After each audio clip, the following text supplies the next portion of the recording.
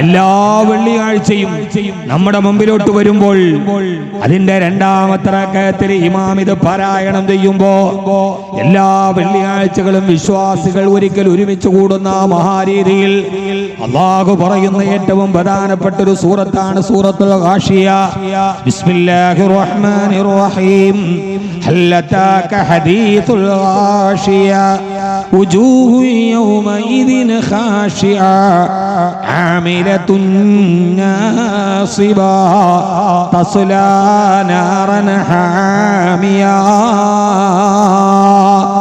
എന്തിനാണ് ഈ ജീവിതത്തിന്റെ ജനനമൃതികളുടെ ഇടകളിലൂടെ നടന്നു പോകുന്ന ജീവിതത്തിൽ ഒരു തുച്ഛമായ ആയുസ് അല്ലാഹു സുബ്ഹാനഹു വ തആല നമുക്ക് ഈ ദുനിയാവിൽ തരികയും ആ ആയുസിന്റെ ഉള്ളിൽ പരമാവധി നമ്മൾ ജീവിക്കുകയും ചെയ്യുമ്പോ എല്ലാ വെള്ളിയാഴ്ചകളിലും ഭൗതികമായ ജീവിതത്തിന്റെ നാട്യനടലുകളിലൂടെ നടന്നു പോകുന്ന മനുഷ്യനോട് ആ ഒരാഴ്ചകൾക്കുള്ളിൽ അവൻ ധാരാളം പ്രവർത്തനങ്ങൾ അവന്റെ വാക്കുകൊണ്ടും അവന്റെ കൈകൊണ്ടും ഹൃദയം കൊണ്ടും ധാരാളം പ്രവർത്തനങ്ങൾ അവൻ ചെയ്യുമ്പോ അല്ലാഹു അവരോട് ചോദിക്കുന്ന ഏറ്റവും പ്രധാനപ്പെട്ട ചോദ്യം ഹൽ അതാക ഹദീസുൽ ഗാഷിയ.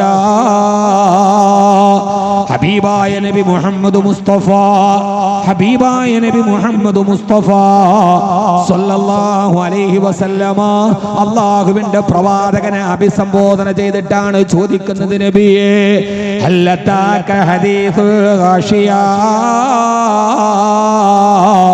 ആ വരാനിരിക്കുന്ന മഹാസംഭവത്തെ കുറിച്ച് നിങ്ങൾക്ക് ഓർമ്മയെത്തിയോ നബിയേ? ഇനി വരാനിരിക്കുന്ന, ഇനി നമ്മൾ കാണാനിരിക്കുന്ന, നമ്മളെല്ലാവരും അഭിമുഖീകരിക്കേണ്ട ഒരു മഹാസംഭവം വരാനിരിക്കുന്നുണ്ട്. ആ വരാനിരിക്കുന്ന മഹാസംഭവത്തെ കുറിച്ചുള്ള വൃത്താന്തം അങ്ങേക്ക് വന്നിട്ടില്ലയോ? ഹൽ അതാക ഹദീസുൽ ഗാഷിയ.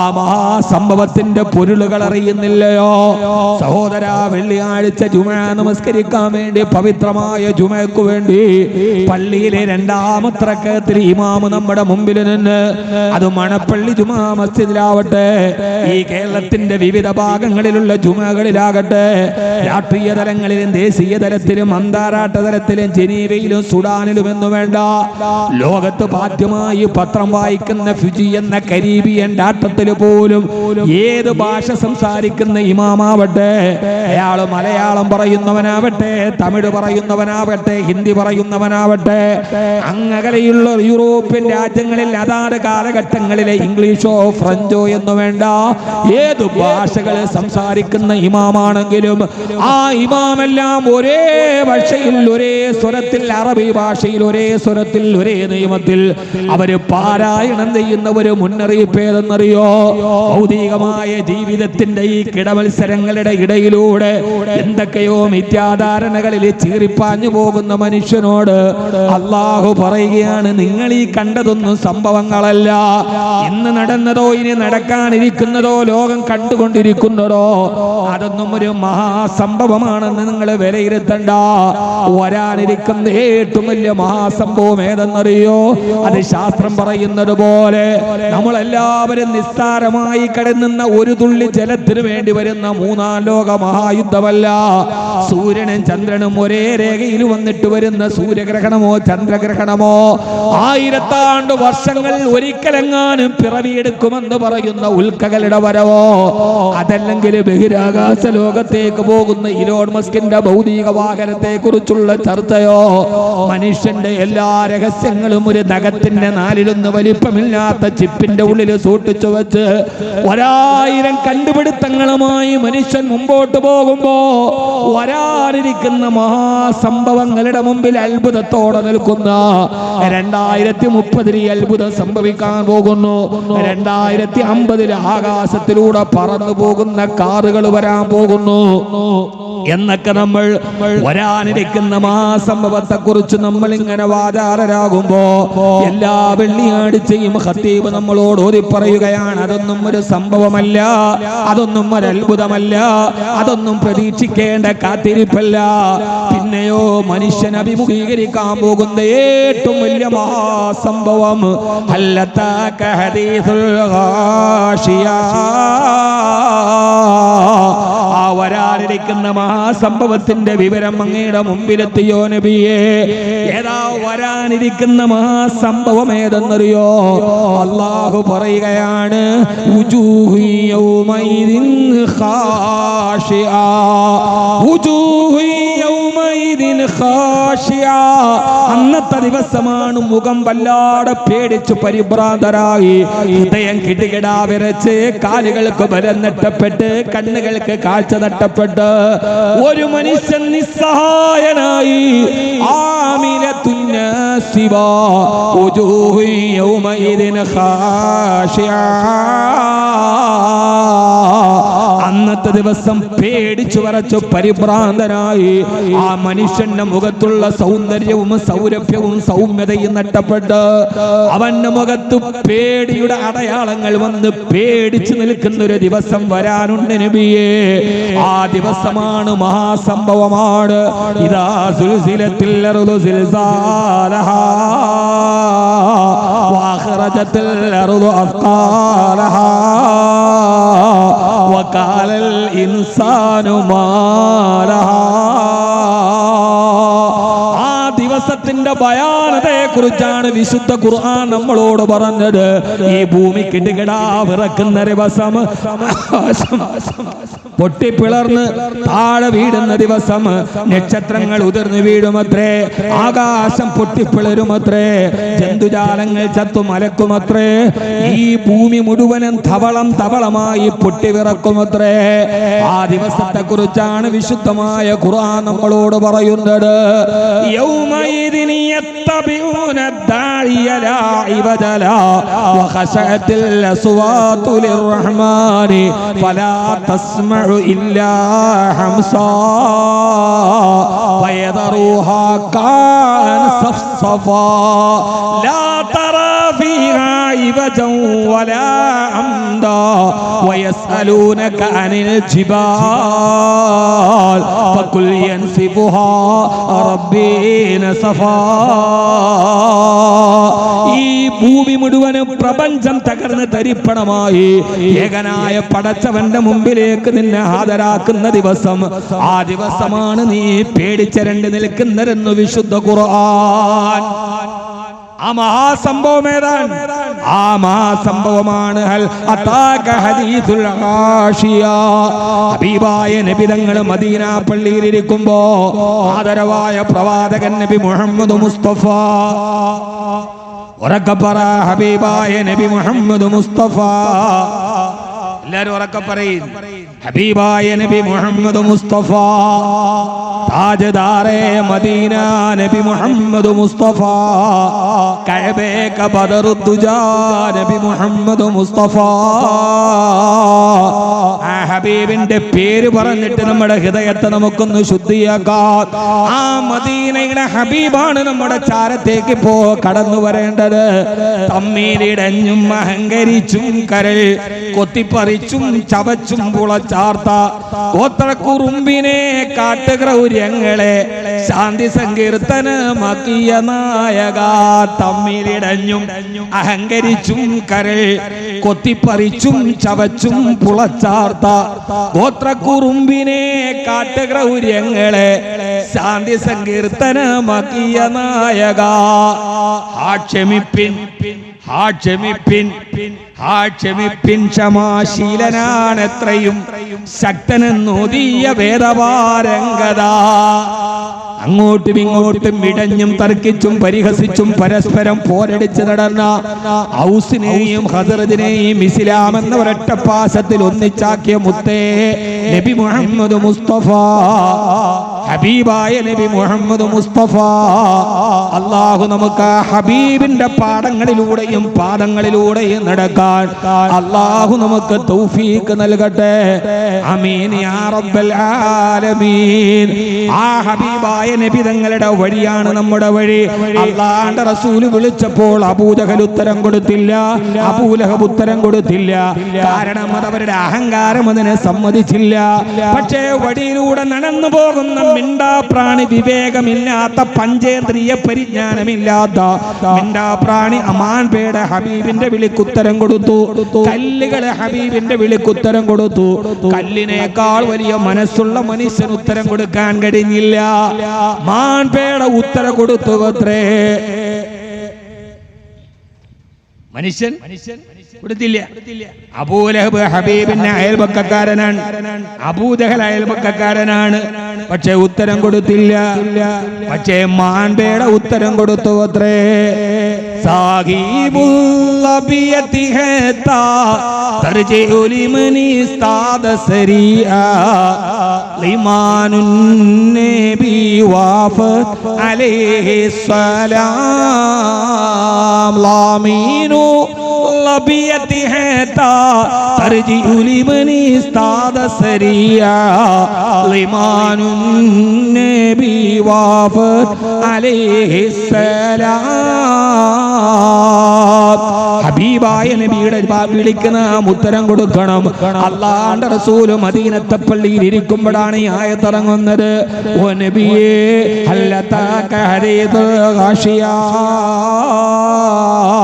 അങ്ങേക്കാ മഹാസംഭവത്തിന്റെ വൃത്തമെത്തിയില്ലയോ നബിയേ? ഈ ആയത്ത് കേട്ടപ്പോ അല്ലാഹുവിന്റെ റസൂലിന്റെ കവിൾത്തടത്തിലൂടെ കണ്ണുനീര് തടം തള്ളിയാ തൊടുകയുണ്ട്. ഹബീബായ നബി പറഞ്ഞു അത്രേ, അതേ കദ അത്താനി റബ്ബി, കദ അത്താനി റബ്ബി,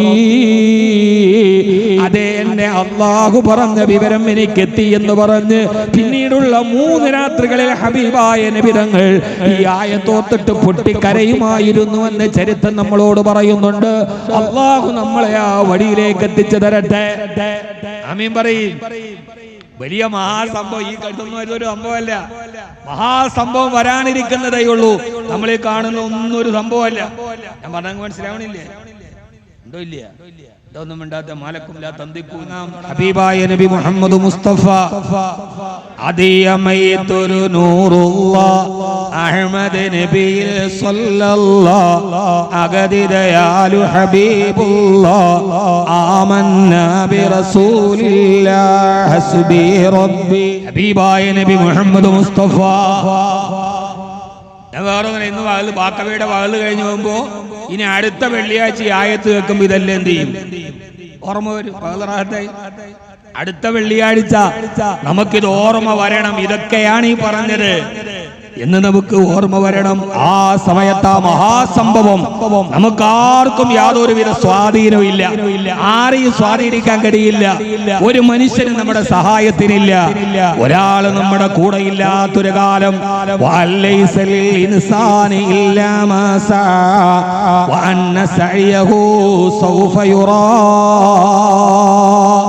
അല്ലാഹുവിന്റെ ഖുർആൻ പറയുകയാണ്, ഒരാളുമില്ലാത്ത ഒരു സമയമുണ്ട്. മനുഷ്യന്റെ ബോധ്യം അവിടെയാണ്. ആ ബോധ്യം ഇല്ലാത്ത ഒരു മനുഷ്യനും ഭൂമിയിൽ നല്ലവനാവാൻ പറ്റില്ല. ഭൂമിയിൽ നല്ലവനാകാൻ, നന്മയോടെ ജീവിക്കാൻ, സത്യത്തോടെ ജീവിക്കാൻ ഏറ്റവും പ്രധാനപ്പെട്ട ഒരു വിശ്വാസം പരലോകത്തിന്റെ വിശ്വാസമാണ്. ഞാൻ ഒരിക്കൽ അവസാനിക്കും, മഹ്ശറിൽ ഞാൻ എഴുന്നേറ്റ് നിൽക്കും എന്ന ഒരു ബോധ്യമാണ് കാട്ടാളനായ ഖത്താബിന്റെ മകൻ ഉമർ റളിയല്ലാഹു അൻഹു ആക്കിയത്. ആ ബോധ്യം ഇല്ലാത്തടത്തോളം പിന്നെ ആരോടെന്ത് വാള് പറഞ്ഞിട്ടെന്ത് കാര്യം? ചാത്തപ്പൻ എന്ത് മഹ്ശറാന്ന് ചോദിച്ച മാതിരി.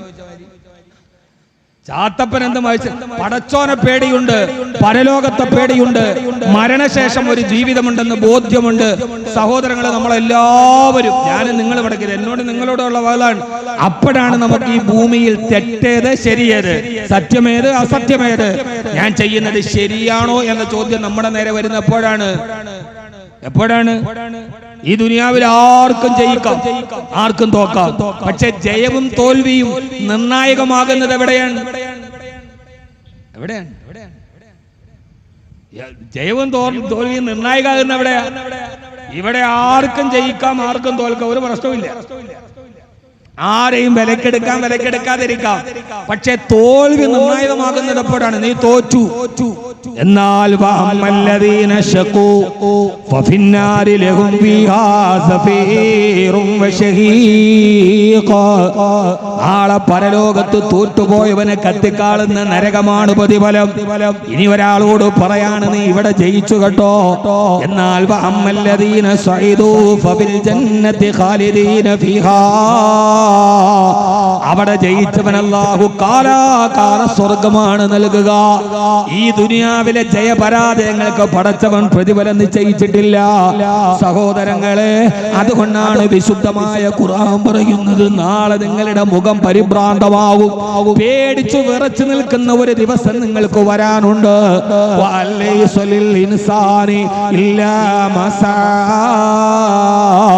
വഅന്ന സഅയഹു സൗഫ യുറാ. നിങ്ങൾ ചെയ്തതിനല്ലാതെ നിങ്ങൾക്ക് പ്രതിഫലം കിട്ടാത്ത ഒരാളെയും നിങ്ങൾക്ക് വിലക്കെടുക്കാൻ കഴിയാത്തൊരു ദിവസം വരാനുണ്ട്. അന്ന് നിങ്ങളുടെ പണത്തിന്റെ സ്വാധീനം വില പോവുകയില്ല, അധികാര സ്വാധീനം വില പോവുകയില്ല.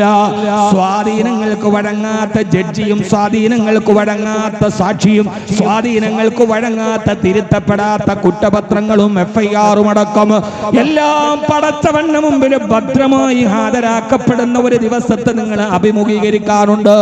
ഇൻഷാ അല്ലാഹ് സമയമുണ്ടെങ്കിൽ ആ വിഷയത്തിലേക്ക് ഞാൻ കടന്നു വരാം. അല്ലാഹു നമുക്കതിനെ തൗഫീഖ് നൽകട്ടെ. ആ ദിവസം നിങ്ങളെ രക്ഷപ്പെടുത്താൻ ഒരാൾ നിങ്ങളുടെ മുമ്പിലില്ലാത്ത ദിവസം. ആ സമയത്ത് നിങ്ങളെ രക്ഷപ്പെടുത്തുന്നതാരാ? യുബസ്സറൂനഹും യബദ്ദുൽ മുജ്രിമു ലൗ യഫ്തദി മിൻ അദാബി യൗമിദിൻ ബിബനി വസാഹിബതിഹി വഅഖി വഫസീലതിഹി التي تؤوي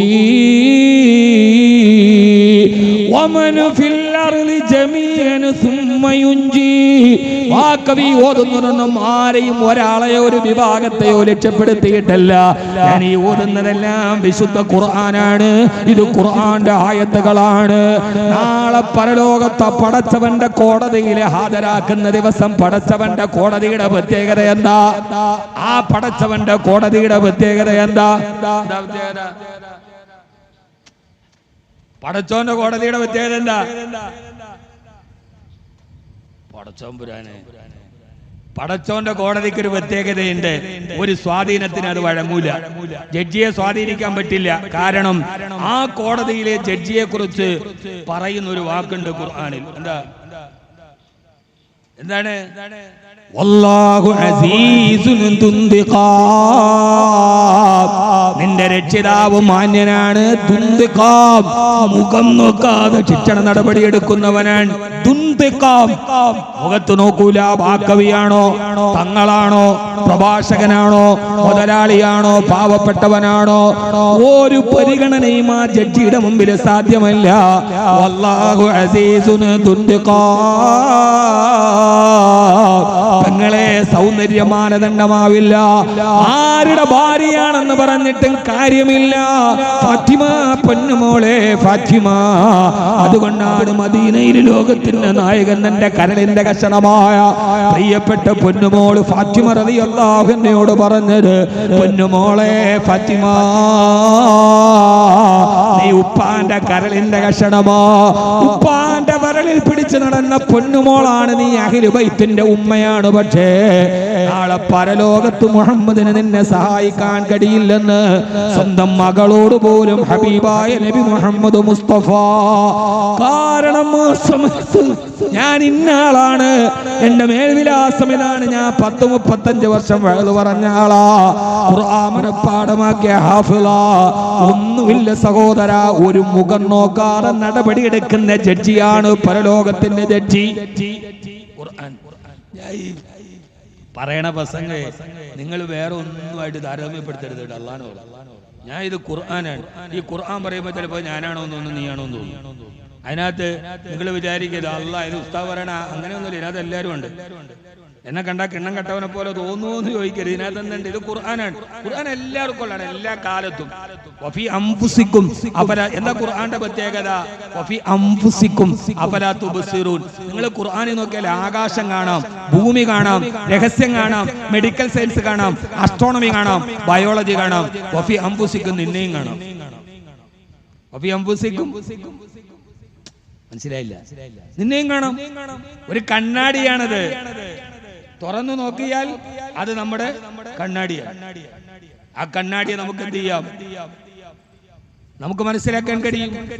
അല്ലാഹു സുബ്ഹാനഹു വ തആല നമ്മെ എല്ലാവരെയും വിശുദ്ധമായ ഖുർആനിന്റെ തണലിലൂടെ അല്ലാഹു നടത്തി തരട്ടെ. ആ ജഡ്ജിയെ സ്വാധീനിക്കാൻ കഴിയില്ല. വല്ലാഹു അസീസുൻ ദുൻതിഖാം. മുഖം നോക്കൂല, പറ്റില്ല എന്ന് മാത്രമല്ല, ആ കോടതിയുടെ പ്രത്യേകത അത്ര പെട്ടെന്ന് അങ്ങ് അവധിക്ക് മാറ്റിവെക്കലുമില്ല. പടച്ചോന്റെ കോടതി ഈ കേസ് അടുത്ത അവധിയിലേക്ക് മാറ്റിവെച്ചു. 12-ാം തീയതി വന്നാൽ മതി, അല്ലെങ്കിൽ ഈ സാക്ഷി ഹാജരായില്ല, ഒന്നുമില്ല. ആ സമയത്ത് ഇന്നല്ലാഹ, പടച്ചോന്റെ കോടതി, ലോകത്തിലെ അല്ലാഹുവിന്റെ കോടതി, ആ കോടതിക്ക് കേസ് അവധിക്ക് വെക്കലില്ല, വേറെ ഒരു പ്രതിയിലേക്ക് മാറ്റലില്ല. ലോകത്തിലെ ഏറ്റവും അതിവേഗ കോടതി പടച്ചവന്റെ കോടതിയാണ്. ഇന്നല്ലാഹ സരീഉൽ ഹിസാബ്. എന്റെ പടച്ചവൻ സരീഉൽ ഹിസാബ്, പെട്ടെന്ന് വിധി പ്രഖ്യാപിക്കുന്നവനാണ്. വാദവും കഴിഞ്ഞു, സാക്ഷിയും കഴിഞ്ഞു, എല്ലാം കഴിഞ്ഞു. സരീഉൽ ഹിസാബ്. അല്ലാഹുവിന്റെ കോടതി ഏറ്റവും അതിവേഗ കോടതി, ഫാസ്റ്റ് ട്രാക്ക് കോടതി നമ്മൾ കേട്ടിട്ടില്ലേ? ദുനിയാവില് ഇതൊക്കെ ഖുർആന്റെ കോടതിയാണ്. ഇന്നല്ലാഹ സരീഉൽ ഹിസാബ്. നിന്റെ പടച്ചവൻ കോടതി അതിവേഗ കോടതിയാണ്. ഒറ്റ ദിവസം കൊണ്ട് എത്ര സാക്ഷികളാ? നമ്മുടെ നാട്ടിൽ സ്വാഭാവികമായിട്ട് ഒരു കേസിന് 2 സാക്ഷി മതി. ഇപ്പൊ തന്നെ നമ്മുടെ ചുറ്റും തന്നെ ഏതാണ്ട് 8 സാക്ഷികളുണ്ട്. 8 സാക്ഷികൾ നമ്മുടെ കയ്യിൽ തന്നെയുണ്ട്. അല്ലാഹു നമുക്ക് ബോധം തരട്ടെ. അല്ലാഹുവിന്റെ വിശുദ്ധമായ ഖുർആൻ പറയുകയാണ്, നമുക്ക് 8 സാക്ഷികളാണ്. എവിടെ പോയാലും, ഒരു കടയിൽ പോയാൽ കാണാം, ഇവിടെ CCTV വെച്ചിട്ടുണ്ട്, നിങ്ങൾ ജാഗരൂകരാകണം, നിങ്ങൾ ക്യാമറയുടെ നിരീക്ഷണത്തിലാണ്. ആ ബോട്ട് കാണുമ്പോൾ നമ്മളെല്ലാവരും പെട്ടെന്ന് നമ്മുടെ മുഖിയൊന്ന് ചീടി ഒതുക്കും. ഒന്നുമല്ലെങ്കിൽ ക്യാമറയിൽ കാണുമ്പോൾ ഒന്ന് കാണുന്നതിനൊരു ഭംഗി വേണ്ടേ? മുണ്ട് നന്നായിട്ടെടുത്ത് മുഖമൊന്ന് ചീകി ഒതുക്കിയിട്ടൊരു കേവലം ഒരു CCTVയുടെ ക്യാമറയുടെ നിരീക്ഷണത്തിലാണെന്ന് പറയുമ്പോൾ ആ സമയത്തൊന്ന് ഒരുങ്ങി നിൽക്കുന്ന മനുഷ്യ, നിങ്ങളെ അല്ലാഹു പറയുകയാണ്, നിങ്ങൾക്ക് ഞാൻ വെച്ചിരിക്കുന്നത് 2 ക്യാമറയല്ല, 8ഓളം ക്യാമറകളുടെ നിരീക്ഷണത്തിലാണ് നമ്മൾ നടക്കുന്നതെന്ന ബോധ്യം നമുക്കുണ്ടായാൽ അതിനപ്പുറത്തേക്ക് നമുക്ക് പിന്നെ ഏത് ബോധ്യമാവേണ്ടത്? നമ്മുടെ 8 സാക്ഷികൾ ഏതെന്നറിയോ? അതിലൊന്നാമത്തേത് ഇത് യതലക്കൽ മുത്തലഖിയാനി അനിൽ യമീനി വഅനിൽ ശിമാലി ഖരീബ് മാ യൽഫിലു മിൻ ഖൗലിൻ ഇല്ലാ ലദൈഹി റഖീബുൻ അതീദ്. 8 സാക്ഷ്യം പറയട്ടെ, 8 സാക്ഷ്യം പറഞ്ഞാരട്ടെ. നിങ്ങളെന്തോ ഒരു സഹരണയില്ലാത്ത? എന്റെ വകയല്ല, ഖുർആൻ ഈ പറയുന്ന എല്ലാം ഖുർആന്റെ ആയത്താണ്. നമ്മൾ സ്വയം അലത്താവുക എന്നതിനേക്കാൾ അപ്പുറം മറ്റുള്ളവനല്ലല്ലോ നമ്മൾ നോക്കണ്ടേ. നമ്മൾ സ്വയം ആദ്യം ഞാൻ എന്നെ, പിന്നെ നിങ്ങൾ നിന്നെ. മനുഷ്യ, നിനക്കൊരു ബോധമില്ലേ? ആര് മറച്ചു വെച്ചാലും, ആരുടെ മുമ്പിൽ ഒളിച്ചു വെച്ചാലും, ആർക്കും ഒരിക്കലും ഒളിക്കാൻ കഴിയാത്ത, മറച്ചു വെക്കാൻ കഴിയാത്ത 2 ക്യാമറ നിന്റെ 2 തോളിൽ ഞാൻ വെച്ചിട്ടുണ്ട്.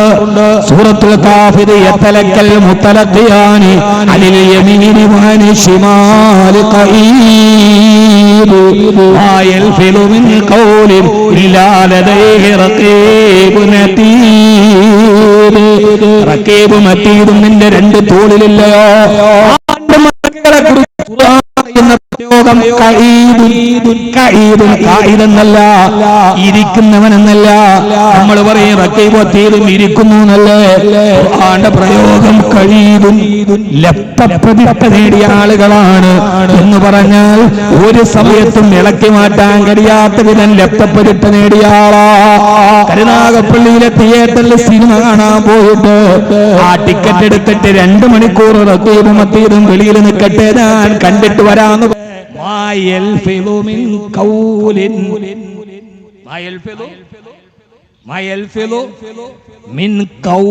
ഒരു വാക്ക്, കൗലെന്ന് പറഞ്ഞ ഒരു വാക്ക് അവരെഴുതാതെ നിനക്ക് ഒഴിവാക്കാൻ പറ്റില്ല. നീ എഴുതിയില്ല, പക്ഷേ ആരെഴുതിയിട്ടുണ്ട്? അവരെഴുതിയിട്ടുണ്ട്. പടച്ചോനെ ഞാൻ കണക്കെഴുതിയില്ല, മലക്കെഴുതിയിട്ടുണ്ടെന്ന്. നീ ഒന്ന് വിട്ടുപോയി, പക്ഷെ പടച്ചോന്റെ ലിസ്റ്റിൽ അത് വിട്ടുപോകും ഇല്ല. ആ ബോധ്യമാണ് ഒരു മനുഷ്യനെ ഹറാമും ഹലാലും വേർതിരിക്കുന്നത്. ഞാൻ വിട്ടുപോയാലും എന്റെ മഹസറിൽ അത് വിട്ടുപോകും. രണ്ടായ ക്യാമറ രണ്ടായ മൂന്നാമത്തേതോ യതഅഖബൂന ഫീകും മലായികത്തും ബില്ലൈലി വമലായികത്തും ബിന്നഹാർ. സഹോദരാ, ഇതൊക്കെ ചിന്തിച്ചാൽ നമുക്ക് കിടന്നാൽ ഉറക്കം പോലും വരില്ല. രാവിന്റെയും പകലിന്റെയും പ്രത്യേക മലക്കുകളുണ്ട് എന്ന് പറഞ്ഞാൽ ഒരു കമ്പനിയിൽ ഫിനാൻസ് ഡിപ്പാർട്ട്മെന്റ് മൊത്തം നോക്കുന്ന ഒരാളുണ്ട്. അതുപോലെ ഡേ ഡ്യൂട്ടി ഉണ്ട്, നൈറ്റ് ഡ്യൂട്ടി ഉണ്ട്. സുബഹിക്ക് വന്നിട്ട് മഗ്‌രിബിന് തിരിച്ചു പോകുന്ന മലക്കുകൾ അതുവരെയുള്ളത് കർമ്മം രേഖപ്പെടുത്തുന്നുണ്ട്. മഗ്‌രിബ് കഴിഞ്ഞു വരുന്ന മലക്കുകൾ പിന്നീട് സുബഹി വരെയുള്ളത് രേഖപ്പെടുത്തുന്നുണ്ട്. രാവിലും പകലും നിന്റെ കർമ്മങ്ങളെ രേഖപ്പെടുത്താൻ 2 വിഭാഗം മലക്കുകളെ അല്ലാഹു രേഖപ്പെടുത്തിയിട്ടുണ്ട്. ഇപ്പോൾ 4 സാക്ഷികളായോ, ഇനി 5ാമത്തേത് വൽ മലായികത്തു യശ്ഹദൂൻ. ഇതിനെ എല്ലാം നിയന്ത്രിക്കാൻ പൊതുവിൽ അല്ലാഹു ഏൽപ്പിച്ച മലക്കുകളുണ്ട്. 5ആയോ. 6ാമത്തേത് ഏതെന്നറിയോ എന്റെ പ്രിയപ്പെട്ട സഹോദരാ? 6ാമത്തെ സാക്ഷി മറ്റാരുമല്ല, യൗമഇദിന തശ്ഹദു അലൈഹിം അൽസിനതുഹും വഅയ്ദീഹിം വഅർജുലുഹും ബിമാ കാനൂ യഅമലൂൻ. അല്ലാഹു അടുത്ത സാക്ഷികളായി വെച്ചിരിക്കുന്ന നമ്മുടെ കൈകളെയും നമ്മുടെ കാലുകളെയും നമ്മുടെ നാവുകളെയും. ഒന്ന് നിന്റെ കൈയാണ്, യൗമഇദിൻ തശ്ഹദു. ഷാഹിദ് എന്ന് പറഞ്ഞാൽ സാക്ഷി. അന്നത്തെ സാക്ഷി അൽസിനത്തുഹും, നിന്റെ നാവ്, ചീത്ത പറഞ്ഞ നാവ്, തെറി പറഞ്ഞ നാവ്, ഒരാളെ കുറിച്ച് അനാവശ്യമായി പറഞ്ഞ നാവ് അടുത്ത സാക്ഷിയാണ്. വഅയ്ദീഹിം, നിന്റെ കൈകളുണ്ടല്ലോ, ആ കൈകൾ കൊണ്ട് എന്തൊക്കെ എഴുതിയിട്ടുണ്ട്, എന്തൊക്കെ എഴുതാത്തതുണ്ട്, എന്തൊക്കെ വിട്ടുപോയിട്ടുണ്ട്. സഹോദരാ, അതൊന്നും പടച്ചവന്റെ മുമ്പിൽ ഒളിക്കാൻ കഴിയില്ലല്ലോ. ആ പടച്ചവന്റെ മുമ്പിൽ കൃത്യമായി നീ അതിനെ എഴുതപ്പെടുന്ന നിന്റെ ഈ വിരലുകൾ സാക്ഷി നിൽക്കും. വാർജുലുഹും, നിന്റെ കാലുകൾ സാക്ഷി നിൽക്കും. ആ സാക്ഷികളുടെ വിചാരണയും നടക്കുന്നുണ്ട്. അല്ലോ മനഖതിമു അലാ ഫുവാഹിഹിം വതകല്ലിമുനാ അയ്ദീഹിം വതശ്ഹദു അർജുലുഹും ബിമാ കാനൂ യക്സിബൂൻ. അല്ലോ അന്നേ ദിവസം നഖ്തിമു അലാ ഫുവാഹിഹിം, അവരുടെ വായുകൾ ഞാൻ സീൽ വെക്കും. വതകല്ലിമുനാ അയ്ദീഹിം, അവരുടെ കൈകൾ എഴുന്നേറ്റ് സംസാരിക്കും. വതശ്ഹദു അർജുലുഹും, അവരുടെ കാലുകൾ സാക്ഷി നൽകും. ബിമാ കാനൂ യക്സിബൂൻ, അവര് ചെയ്തതെല്ലാം പടച്ചവന്റെ മുമ്പിൽ വിളിച്ചു പറയുന്ന ദിവസമുണ്ട്. ആരുടെ മുമ്പിലും രക്ഷപ്പെടാൻ കഴിയില്ല. നമ്മുടെ കുടുംബത്തിൽ ഞാൻ എന്തെങ്കിലും ചെയ്തോ, അത് നാളെ പടച്ചവന്റെ മുമ്പിൽ എന്റെ കൈകൾ സാക്ഷി നിന്ന് പറയും. എന്റെ ഭാര്യ കാരണമായി ഞാൻ മർദ്ദിച്ചിട്ടുണ്ടോ, അവളെ ഞാൻ അടിച്ചിട്ടുണ്ടോ, ഈ കൈ കൊണ്ട് ഞാനൊരു നിരപരാധിയുടെ മുഖത്തടിച്ചിട്ടുണ്ടോ, പടച്ചവന്റെ മുമ്പിൽ സാക്ഷി പറഞ്ഞേ മതിയാവൂ. അവയവങ്ങൾ ചെയ്തതിനെ കുറിച്ച് പടച്ചവന്റെ മുമ്പിൽ പറയണം. സഹോദരാ, അതിൽ നിന്ന് ആർക്കാണ് മാറി നിൽക്കാൻ കഴിയുക? അല്ലാഹു നമുക്ക് തൗഫീഖ് നൽകട്ടെ. പടച്ചവന്റെ മുമ്പിൽ പറയേണ്ടതില്ലേ? അല്ലാഹുവിന്റെ ഖുർആൻ ഹബീബായ നബി മുഹമ്മദ് മുസ്തഫ, ഹബീബായ നബി മുഹമ്മദ് മുസ്തഫ സല്ലല്ലാഹു അലൈഹി വസല്ലം പറയാണ്, ലാ യസൂലു ഖദമ അബ്ദിന് ഹത്താ യുസ്അല അൻ അർബ. 4 ചോദ്യത്തിന് മറുപടി പറയാതെ ഒരു മനുഷ്യന്റെ കാലെടുത്തു മാറ്റാൻ സാധ്യമല്ല. ലാ യസൂലു ഖദമ അബ്ദിൻ, ഒരു കാലെന്നല്ല 2 കാലും. ഖദമ ഒരു കാല് മാറ്റുന്നങ്ങനെ 2 കാലം നിന്നിട്ട് സമാധാനം പറയണം. നിന്റെ ആയുസ് എന്തിനെ ചെലവഴിച്ചു, നിനക്ക് കിട്ടിയ ഇൽമെന്തിനെ ചെലവഴിച്ചു. അടുത്തത് നിന്റെ സമ്പാദ്യത്തെ കുറിച്ചാണ്. ഏത് ചോദ്യവും ശ്രദ്ധിച്ചു കേട്ടോളീന്. ആയുസിനെ കുറിച്ച് ഒരൊറ്റ ചോദ്യമേ ഉള്ളൂ, എങ്ങനെ ചെലവഴിച്ചു. ഇൽമിനെ കുറിച്ച് ഒരൊറ്റ ചോദ്യമേ ഉള്ളൂ, എങ്ങനെ കൈകാര്യം ചെയ്തു. പക്ഷേ 3ാമത്തെ ചോദ്യം നിന്റെ സമ്പത്തിനെ കുറിച്ചാണ്. സമ്പത്തിന് മാത്രം 2 ചോദ്യമാണ്. എവിടെ നിന്ന് സമ്പാദിച്ചു, എവിടെ ചെലവഴിച്ചു. സമ്പാദ്യത്തിന്റെ കാര്യത്തിൽ 2 ചോദ്യമാണ്. ആയുസിന്റെ കാര്യത്തിൽ ഒറ്റ ചോദ്യം. നമ്മൾ കേട്ടിട്ട് വേണം ഗൗരവത്തോടെ സമയം. ഇത് എന്താണിത്, എവിടെ നിന്നാണ് നീ ഇത് ഉണ്ടാക്കിയത്? മറ്റൊരാളെ കബളിപ്പിച്ചതാണോ, വേറൊരാളെ പറ്റിച്ചതാണോ, അതല്ല കള്ളക്കച്ചവടം നടത്തിയതാണോ? എന്റെ പ്രിയപ്പെട്ട സഹോദരാ, വളരെ സൂക്ഷ്മതയോടെ കൈകാര്യം ചെയ്യണം. മഹാന്മാര് നമ്മളോട് പറയുന്നത്, ഒരു സമ്പത്ത് കൈകാര്യം ചെയ്യുന്ന, പൊതുമുതല് കൈകാര്യം ചെയ്യുന്ന സമയത്ത് നീ നിന്റെ വീട്ടിൽ നിന്നും നീ നിന്റെ പള്ളിയിൽ വന്നു. ആ പള്ളിയിൽ വന്ന് നമസ്കരിക്കാൻ വേണ്ടി വുളു എടുത്തു. വുളു എടുത്ത് നമസ്കരിച്ചിട്ട് പള്ളിയിൽ നിന്ന് വെളിയിലേക്ക് ഇറങ്ങുമ്പോ ആ സമയത്ത് വുളു എടുത്ത പടച്ചവനെ നിസ്കരിക്കാൻ വുളു എടുത്ത വെള്ളത്തിന്റെ നനവ് കാലിലുണ്ടെന്നിരിക്കെ ആ കാല് നീ പള്ളിയുടെ മുറ്റത്ത് ചവിട്ടി, ആ മുറ്റത്ത് ചവിട്ടിയ കാലിൽ നിന്ന് പള്ളിയുടെ മുറ്റത്ത് കിടക്കുന്ന മണൽത്തരി നിന്റെ കാലിൽ പറ്റിപ്പിടിക്കുകയോ ചെരുപ്പിന്റെ അടിയിൽ പറ്റിപ്പിടിക്കുകയോ ചെയ്യുകയും അത് നടന്ന് നിന്റെ വീട്ടിലെത്തിയിട്ട് ആ ചെരുപ്പൂരുന്ന സമയത്ത് പള്ളിയുടെ മുറ്റത്തെ മണൽത്തരി നിന്റെ വീടിന്റെ മുറ്റത്ത് വീണാൽ പടച്ചവനോട് നീ അതിനെക്കുറിച്ച് സത്യം സമാധാനം പറയേണ്ടി വരുമെന്ന് ഉലമാക്കൾ നമ്മളെ ബോധ്യപ്പെടുത്തുന്നുണ്ട്. ഇതൊരു ചെറിയ നിസ്സാര കാര്യമല്ല. ഞാൻ വളരെ സ്നേഹത്തോടെ സഹോദര ബുദ്ധിയോടെ ഓർമ്മിപ്പിക്കുകയാണ്. സഹോദര, ഇതൊന്നും നിസ്സാരമല്ല. കാലിൽ പറ്റിയ, മനസ്സിലായില്ലേ, നനവില് പറ്റിയ മണൽത്തരി, പള്ളിയുടെ മണൽത്തരി, വഖഫിന്റെ മണൽത്തരി നിന്റെ വീട്ടിലെത്തിയാൽ അക്കാര്യത്തിൽ നീ പടച്ചവനോട് സമാധാനം പറയണം എന്ന് അല്ലാഹുവിന്റെ പ്രവാചകൻ നബി മുഹമ്മദ് മുസ്തഫ സൂക്ഷ്മതയോടെ കൈകാര്യം ചെയ്യണം. പടച്ചവനെ പേടിച്ച് കൈകാര്യം ചെയ്യണം. അല്ലാഹു നമുക്ക് തൗഫീഖ് നൽകട്ടെ. അത്രമേൽ ബോധമുള്ളതാണിത്, അത്രമേൽ ബോധ്യമുള്ളതാണിത്. ഇത് അവരുടെ മുമ്പിൽ മറക്കാൻ കഴിയില്ലല്ലോ. ഏഴാമത്തെ സാക്ഷി ഏതെന്നറിയോ? ആ ഏഴാമത്തെ സാക്ഷിയാണ് നീ തന്നെയാണ് നിന്റെ സാക്ഷി. ഏഴാമത്തെ സാക്ഷി, ആ സാക്ഷി, ഏഴാമത്തെ സാക്ഷി, നീ തെറ്റ് ചെയ്യുന്ന ഭൂമിയുണ്ടല്ലോ, യൗമൈദിന തുഹദ്ദിഥു അഖ്ബാറഹാ. എവിടെ വെച്ചാണോ തെറ്റ് ചെയ്തത്, എവിടെ വെച്ചാണോ വ്യഭിചരിച്ചത്, എവിടെ വെച്ചാണോ മദ്യപിച്ചത്, പാതിരാവിന് നിശബ്ദത, ആരും അറിയാതെ ഇന്റർസ്റ്റേറ്റിന്റെ അപ്പുറത്ത് ആന്ധ്രാപ്രദേശിലെ ഏതോ ഒരു ഇരുട്ടിന്റെ ഉള്ളില് ലോഡ് കയറ്റാൻ പോയപ്പോ നാഷണൽ പെർമിറ്റ് ലോറിയുടെ അടിയിലിരുന്നിട്ട് തണ്ണിയടിച്ചത്, പടച്ചവനെ, ആ സ്ഥലം നിനക്ക് നേരെ നാളെ പരലോകത്ത് സാക്ഷി നിൽക്കും. ആരും അറിഞ്ഞിട്ടില്ല. ഓടി വരുന്നതിന്റെ ഇടയിലെ കെട്ടിളകിയും പോയി. ഇതേവരെ നിങ്ങൾക്കതിന് ആരും അറിഞ്ഞിട്ടില്ല. പക്ഷേ യൗമൈദിന തുഹദ്ദിഥു അഖ്ബാറഹാ, നാളെ പരലോകത്ത് നീ തെറ്റ് ചെയ്യാൻ സാക്ഷി നിന്ന ഭൂമി പടച്ചവന്റെ മുമ്പിലെ സാക്ഷിയാണത്രേ. എട്ടാമത്തേതോ എട്ടാമത്തെ സാക്ഷി നമ്മൾ തന്നെ. ബലിൽ ഇൻസാനു അലാ നഫ്സിഹി ബസീറാ. മനുഷ്യൻ തന്നെ പറയും, അല്ലാഹുവേ ഞാൻ തെറ്റ് ചെയ്തു റബ്ബേ. പ്രതി തന്നെ കുറ്റം സമ്മതിച്ചാ പിന്നെ പ്രശ്നമുണ്ടാ? പ്രതി എന്നെ എന്ത് ചെയ്ത്? ഞാൻ കുറ്റം ചെയ്തു എന്ന് പ്രതി എന്നെ സമ്മതിച്ചേ പറ്റൂ. എല്ലാം റെക്കോർഡാണ് അവിടെ. അവിടെ പിന്നെ ആരെയും മറക്കാൻ പറ്റൂലല്ലോ. അതുകൊണ്ട് പ്രതി തന്നെ എന്ത് ചെയ്യണം? പ്രതി തന്നെ കുറ്റം സമ്മതിക്കണം. സമ്മതിച്ചേ മതിയാവൂ.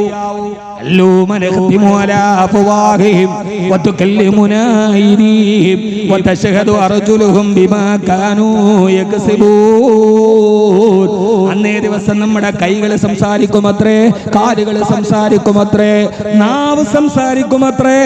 ആ സമയത്ത് നമ്മൾ കൈകളോട് പറയും, കൈകളെ നിങ്ങൾ എന്തിനാണ് എനിക്കെതിരെ സാക്ഷി നൽകിയത്?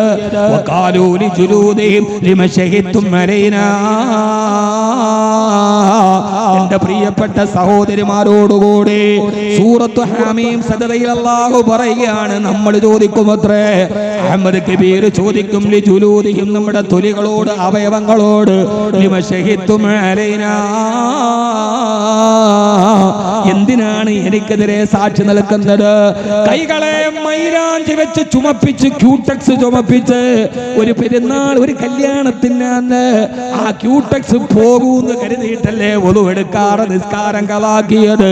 നഖം വെട്ടി നന്നായി പെഡിക്യൂറും മിനിക്യൂറും ചെയ്ത് നിന്നെ മിനിക്ക് നടന്ന എനിക്കെതിരെ നീ തിരിയുന്നോ? കൈകളെ. കാലുകളോട് ചോദിക്കും, കാലുകളെ എത്ര മനോഹരമായി നിന്നെ ഞാൻ പരിപാലിച്ച് നടന്നതാണ്. എനിക്കെതിരെ നീ ഇന്ന് തിരിഞ്ഞു നിന്നല്ലോ. വഖാലൂലി ജുദൂദിഹിം ലിമ ശഹിദ്തും അലൈനാ. ആരാണ് നിങ്ങൾക്ക് ഇതിന് സംവിധാനം ചെയ്തത്? ആ സമയത്ത് ആ കൈകളും കാലുകളും നമ്മോട് മറുപടി പറയും, അന്തഖനല്ലാഹുല്ലദീ അന്തഖ കുല്ല ശൈ. സർവ്വ വസ്തുക്കൾക്കും സംസാരിക്കാൻ കഴിവ് കൊടുത്ത റബ്ബാണ് ഞങ്ങൾക്കും ഇന്ന് സംസാരിക്കാൻ തന്നതെന്ന്. അതുകൊണ്ട് സഹോദരാ സഹോദരി, ഈ മുഴുവൻ സാക്ഷികളെയും മറികടക്കാൻ നമുക്ക് കഴിയോ? 9ാമതൊരു സാക്ഷിയുണ്ട്. ആ സാക്ഷിയാണ്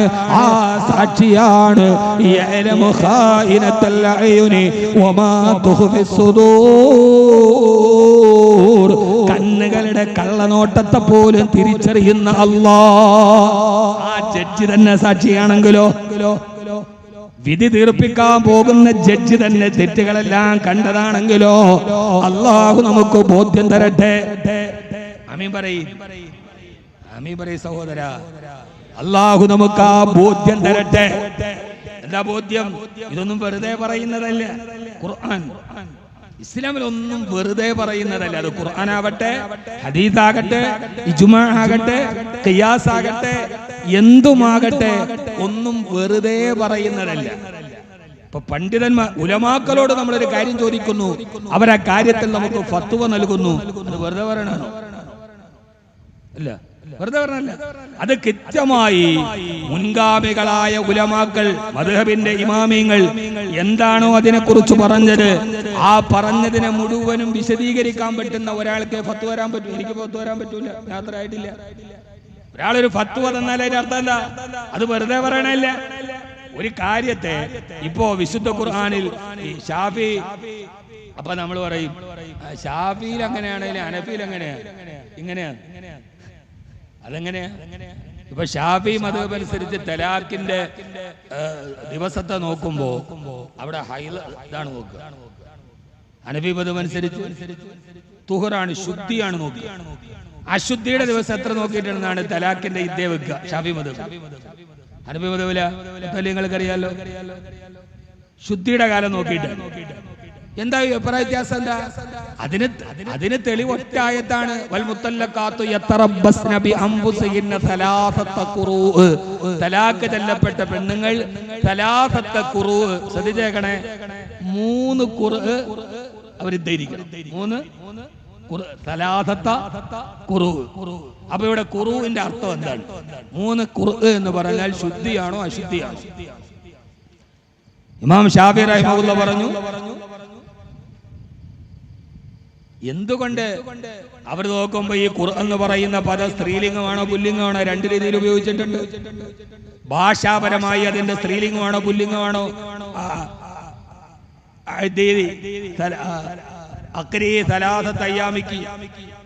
അതിനെ സ്ത്രീലിംഗമായും പുല്ലിംഗമായും ഉപയോഗിച്ചിട്ടുണ്ട്.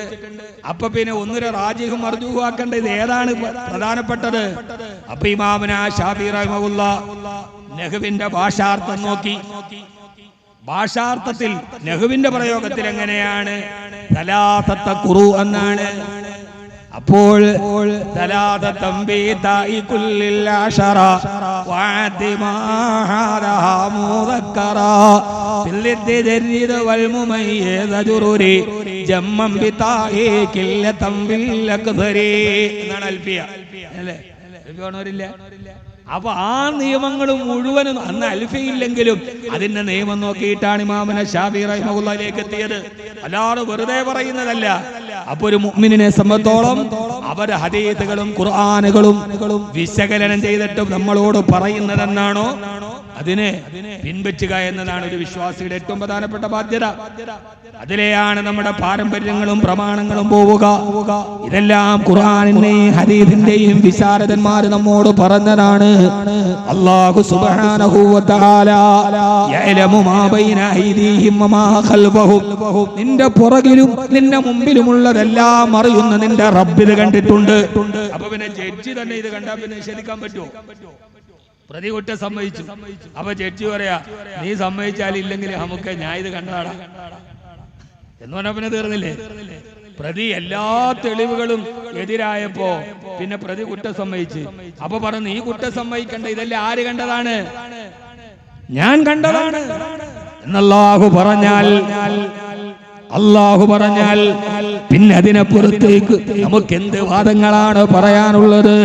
അല്ലാഹുവേ പടച്ചവനെ, അതുകൊണ്ടാണ് മഹാനായ സയ്യിദനാ ഉമർ ഇബ്നുൽ ഖത്താബ് റളിയല്ലാഹു തആല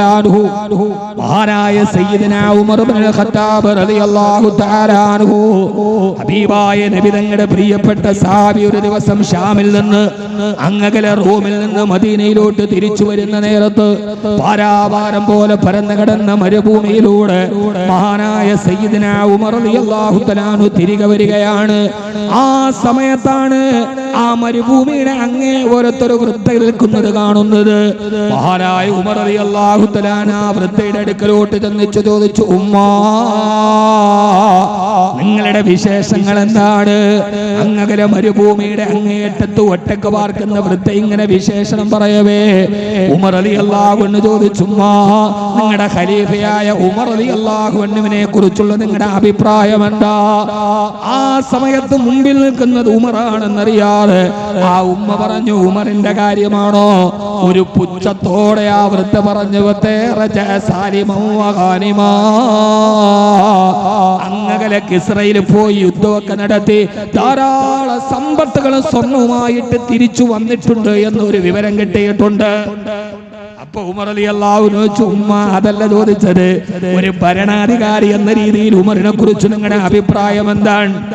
ആ വൃദ്ധ പറഞ്ഞു, അത്രേ ലാ ജസാക്കല്ലാഹു അന്നീ ഖൈറാ, ആ ഉമറിന് അല്ലാഹു ഒരു നന്മയും ചെയ്യാതിരിക്കട്ടെ. നമ്മളൊക്കെ പറയല്ലോ ഉമർ പണം പിടിക്കാൻ പോട്ടെ, ഇവിടെ സാധാരണ ഒരു ശാപം പറയല്ലോ, അവൻ നശിച്ചു പോകട്ടെ, ഒരു ഗുണവും അവനെ കൊണ്ടില്ല എന്നാണ് ഈ ഉമ്മയുടെ മറുപടി. അവനെ കുറിച്ച് യാതൊരു ഗുണവുമില്ല. എന്നിൽ നിന്ന് അവൻ ഒരു ഗുണവും കിട്ടാതെ പോട്ടെ. ആരോടാ പറയണത്? ശപിക്കണത് ആരെയാ? ഉമർ റളിയല്ലാഹു അൻഹു. ആരാ ഉമർ? ആ ഉമറോ കിസ്റ ഭരിക്കും കൈസറും ഞേട്ടുന്നതാ, മിസ്റിൽ മുഖൗഖിസ് കേട്ടുടൻ വിറയ്ക്കുന്നതാ. കിസ്രയുടെ ചക്രവർത്തി പേര് കേട്ടാൽ വിറക്കുന്ന ആയോധന വിദഗ്ധനും അതികായനുമായ ഉമർ റളിയല്ലാഹു തആല അൻഹു പിടിച്ചു പുറത്താക്കിയില്ല, കടക്ക് പുറത്തെന്ന് പറഞ്ഞില്ല, ഇടനെഞ്ചിലേക്ക് വെടി വന്നില്ല, കൽത്തുറുങ്കൽ അടച്ചില്ല, കൈ ചൂണ്ടിയവന്റെ കയ്യിൽ കൈവിലങ്ങുകൾ അണിഞ്ഞില്ല. ആ ഉമ്മ നീ കുണം പിടിക്ക് പോകാതെ എന്ന് പറഞ്ഞപ്പോ നമ്മൾ ഇപ്പോഴത്തെ കാലത്തെ ഭരണാധികാരികളുടെ മുമ്പിൽ ആരെങ്കിലും പറഞ്ഞ ഒന്ന് നിങ്ങളൊന്ന് ആലോചിച്ചു. കരിങ്കൊടി കാണിച്ചാൽ തന്നെ പിന്നെ ബാക്കിയാണ് എല്ലായിടത്തും. ഇമ്മ UDF, ഇമ്മ LDF. ഞാൻ ഇപ്പോഴത്തെ കാര്യമല്ല പറയുന്നത്, നിങ്ങൾ അതിനിപ്പോ ഗ്യാസാക്കിയിട്ട് ഇപ്പോഴത്തെ അല്ലത്. ഇമ്മ LDF, ഇമ്മ UDF, ഹാരിജ, അതല്ലാത്താണേലും എല്ലാം കഥയാണ്. വിമർശിക്കുന്നത് ആർക്കും ഇഷ്ടമല്ല. സ്തുതിപാഠകരെയാണ് എല്ലാവർക്കും ഇഷ്ടം. സ്തുതി പറയാൻ ഭയങ്കര ഇഷ്ടം, വിമർശിക്കുന്ന ആർക്കും സഹിക്കില്ല. ഒരു പൊതുതത്വമാണ്. നമ്മളെ പൊക്കിയാല് ഇപ്പൊ ഇവിടുത്തെ നോട്ടീസുകൾ നോക്കിയാൽ കാണാം, അധ്യക്ഷൻ, അത് കഴിഞ്ഞാല് സ്വാഗതം. എന്തിനാ സ്വാഗതം? അധ്യക്ഷനെ ഉദ്ഘാടനം ചെയ്യുന്ന ആളെ പുകഴ്ത്താൻ പറഞ്ഞതിനാ സ്വാഗതം. കബീർ വാക്കവി നമ്മുടെ പ്രസംഗത്തിന് വരികയാണ്. അദ്ദേഹം പല തിരക്കുകൾക്കിടയിൽ നമ്മൾ പോയി വിളിച്ചപ്പോ അദ്ദേഹം നമ്മളോട് വലിയ താല്പര്യമൊക്കെ കാട്ടി. ലോകം മൊത്തം അറിയുന്ന പ്രഭാഷകനാണ്, പ്രഭാഷണ കലയിലെ ഹിംസ്ര ജന്തുവാണ് എന്നൊക്കെ പറഞ്ഞ് നമ്മളെന്ത് ചെയ്യാ, ഒന്നിങ്ങനെ സ്വാഗതം എന്ന് പറഞ്ഞാൽ എന്തിനാണ്? അതിപ്പോ ആർക്കാ ഇഷ്ടമല്ലാത്തത്? എനിക്കിഷ്ടമല്ലേ? അപ്പൊ ഞാനിപ്പോ പറയുമ്പോൾ നിങ്ങൾക്ക് മാത്രം ഇഷ്ടമല്ല, എനിക്കിഷ്ടമല്ലേ? നിങ്ങൾക്ക് ഇഷ്ടമല്ല? ആചാര്യ നല്ല ആളാണ്, അദ്ദേഹം നമ്മുടെ പള്ളിക്ക് നല്ല സദക്ക കൊടുക്കുന്ന ആളാണ് എന്നൊക്കെ പള്ളിക്കിലെ ഖത്തീബ് പറയുമ്പോൾ ഇനിയും കൊടുക്കും. അപ്പൊ ഭാര്യയോട് നമ്മൾ പറയണം, എന്താ നിന്റെ സൗന്ദര്യം, മതി, ഒരു മാസത്തേക്ക് സമാധാനമാണ്. സംഭവം അമാവാസിയിലിട്ടാണേലും ഒക്കെ ശരി തന്നെ. ഭാര്യയോട് നമ്മളിത് പറയാ, ഇന്ന് നീ വെച്ച കൂട്ടാൻ മാഷാ അല്ലാഹ്, എന്താ ഒരാഴ്ചത്തേക്ക് പിന്നെ പരീക്ഷണങ്ങളായിരിക്കും, പിന്നെ ഡൈനിങ് ടേബിൾ നിറച്ച് വിഭവങ്ങളായിരിക്കും. നമ്മൾ പിന്നെ കഴിച്ചിട്ട് എന്ത് ചെയ്യും? മടുക്കും. അപ്പൊ പുകഴ്ത്തുക എന്ന് പറയുന്നത് എല്ലാവർക്കും ഇഷ്ടമാണ്, അല്ലേ? വിമർശിക്കുന്നത്? എന്നിലൊരു കുറ്റമുണ്ട്, അതെന്നോട് പറഞ്ഞാൽ ഞാൻ എന്ത് ചെയ്യണം? തിരുത്തണം. അതൊരു വിമർശനമാണ്. ഞാൻ കാണിച്ചു തരാം. അങ്ങനെയല്ല, നിന്റെ കാര്യത്തിൽ ഒരു തെറ്റുണ്ട്, ആ തെറ്റ് തിരുത്തണം. ഫലാ ഉഖ്സിമു ബിന്നഫ്സിൽ ലവ്വാമ. ഖുർആൻ പറയുന്ന ഒരു ആയത്തുണ്ട്, ഇത് മതി നന്നായിട്ട് നന്നാവാൻ. ഫലാ ഉഖ്സിമു ബിന്നഫ്സിൽ ലവ്വാമ. നിന്നെ ഒന്ന് കുറ്റപ്പെടുത്തി സംസാരിക്കുന്നേ, നിന്നെ ഒന്ന് കുറ്റപ്പെടുത്തി. ഇവരൾ ഇങ്ങനെ വെക്കാനല്ല, ഇവരള് അങ്ങനെയല്ല. ഇനി ഇങ്ങനെ ചൂണ്ടാൻ മാത്രം നമ്മളാരാ? വാളാ, ഞാൻ കാണിച്ചുതരാം. അങ്ങനെ ചൂണ്ടാൻ നമ്മളാരാ? പൊട്ടാതി മുന്തുള്ളി ഫിഞ്ചോരക്കട്ട, പിന്നീന്ന് കാഷ്ടം ചുമന്നൂരു കൊട്ട, റൂഹൊന്നു വിട്ടാൽ ചത്ത ചകമല്ല പൊട്ട, പറതിൻ്റുടൽക്കെന്ത് ബഹുമാനം പൊട്ട. കേട്ടില്ലേ? എന്താണ്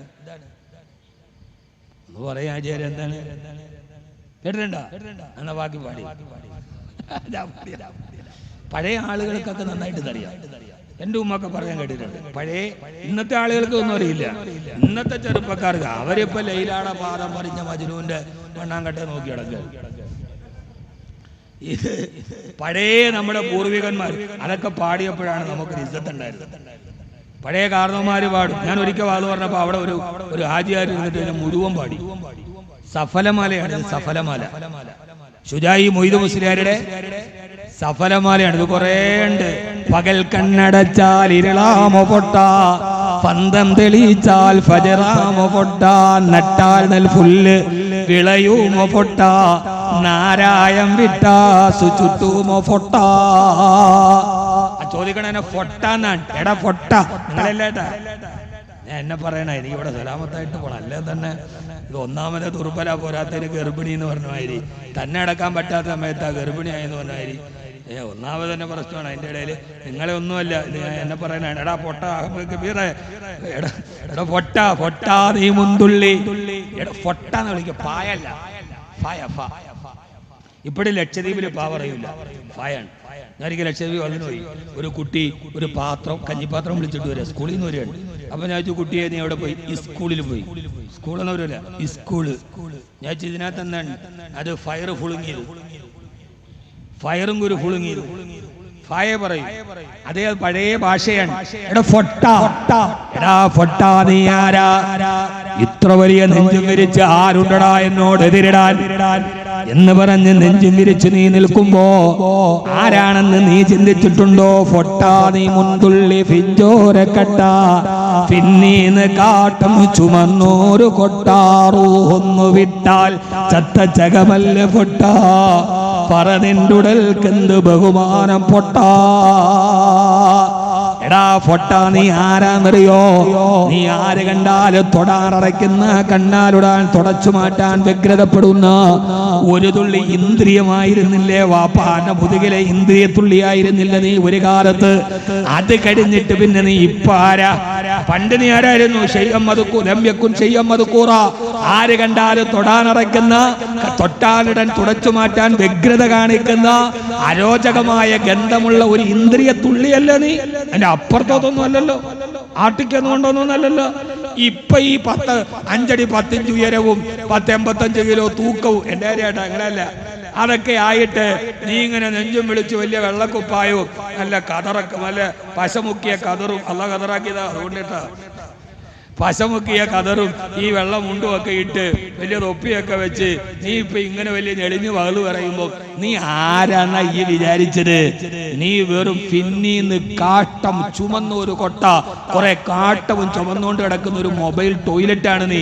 അതിനപ്പുറത്തോട്ട് നിനക്കൊരു നിലവിലാസ ഇല്ല, എനിക്കില്ല. ഇപ്പൊ നമ്മളാരാ?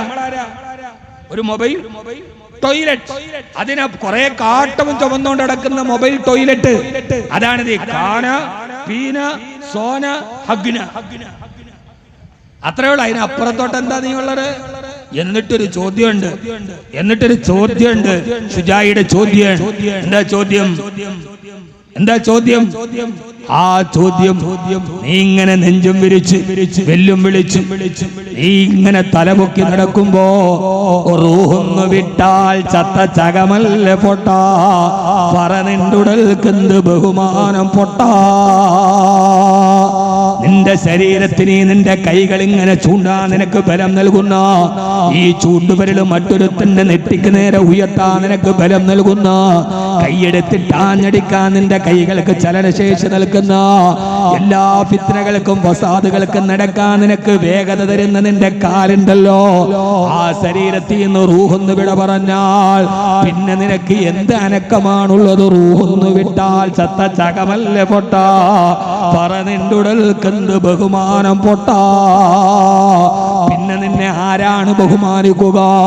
ഈ ശരീരത്തിൽ നിന്ന് റൂഹൊന്ന് വിട പറഞ്ഞു പോയാൽ നിന്റെ ശരീരം, നിന്റെ ഈ പൊന്തൻ ശരീരം വലിയ തണുത്തുറഞ്ഞ മൃതദേഹമായി മണപ്പള്ളിയിലെ വീടിന്റെ ഉമ്മറപ്പടിയിലേക്ക് എത്തിക്കഴിഞ്ഞാൽ പറനിണ്ടുടൽക്കെന്ത് ബഹുമാനം പൊട്ടാ. പിന്നെ നിന്റെ ശരീരത്തെ ആരാ ബഹുമാനിക്കുക? ആ സമയത്ത് നിന്റെ എല്ലാ ബഹുമാനവും നഷ്ടപ്പെട്ടു പോയില്ലേ? ആ റൂഹുള്ളത് കൊണ്ട് നീ ലോകത്ത് നിലനിൽക്കുന്നതല്ലേ?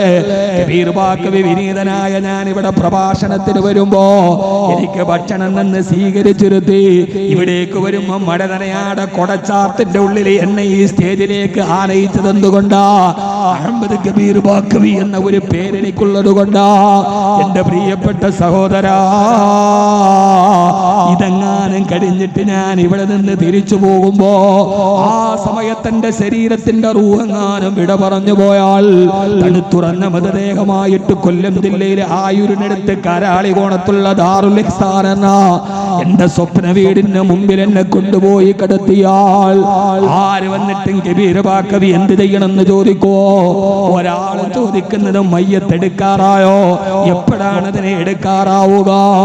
സ്വന്തം മക്കൾ പോലും ചോദിക്കുന്നത് മയ്യത്തെടുക്കാൻ സമയമായോ എന്ന് പറഞ്ഞാൽ അതിന്റെ അർത്ഥം എന്താ?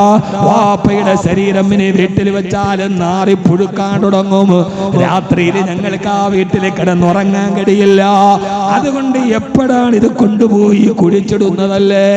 എന്റെ സഹോദരാ സഹോദരി, അഹങ്കാരത്തിനും എല്ലാത്തിനും നമുക്ക് പ്രചോദനം തരുന്ന ഈ ശരീരം അതേത് സമയത്തും നിലയ്ക്കുന്നതാണെന്നിരിക്കെ, ഈ ലോകത്ത് നിന്ന് വിട പറയുന്നതാണെന്നിരിക്കെ, ആ ഒരു അഹങ്കാരത്തെ നിങ്ങളുടെ ലോകത്ത് നിന്ന് മാറ്റിവെക്കുക എന്ന് മഹാനായ സയ്യിദനാ ഉമർ ഇബ്നുൽ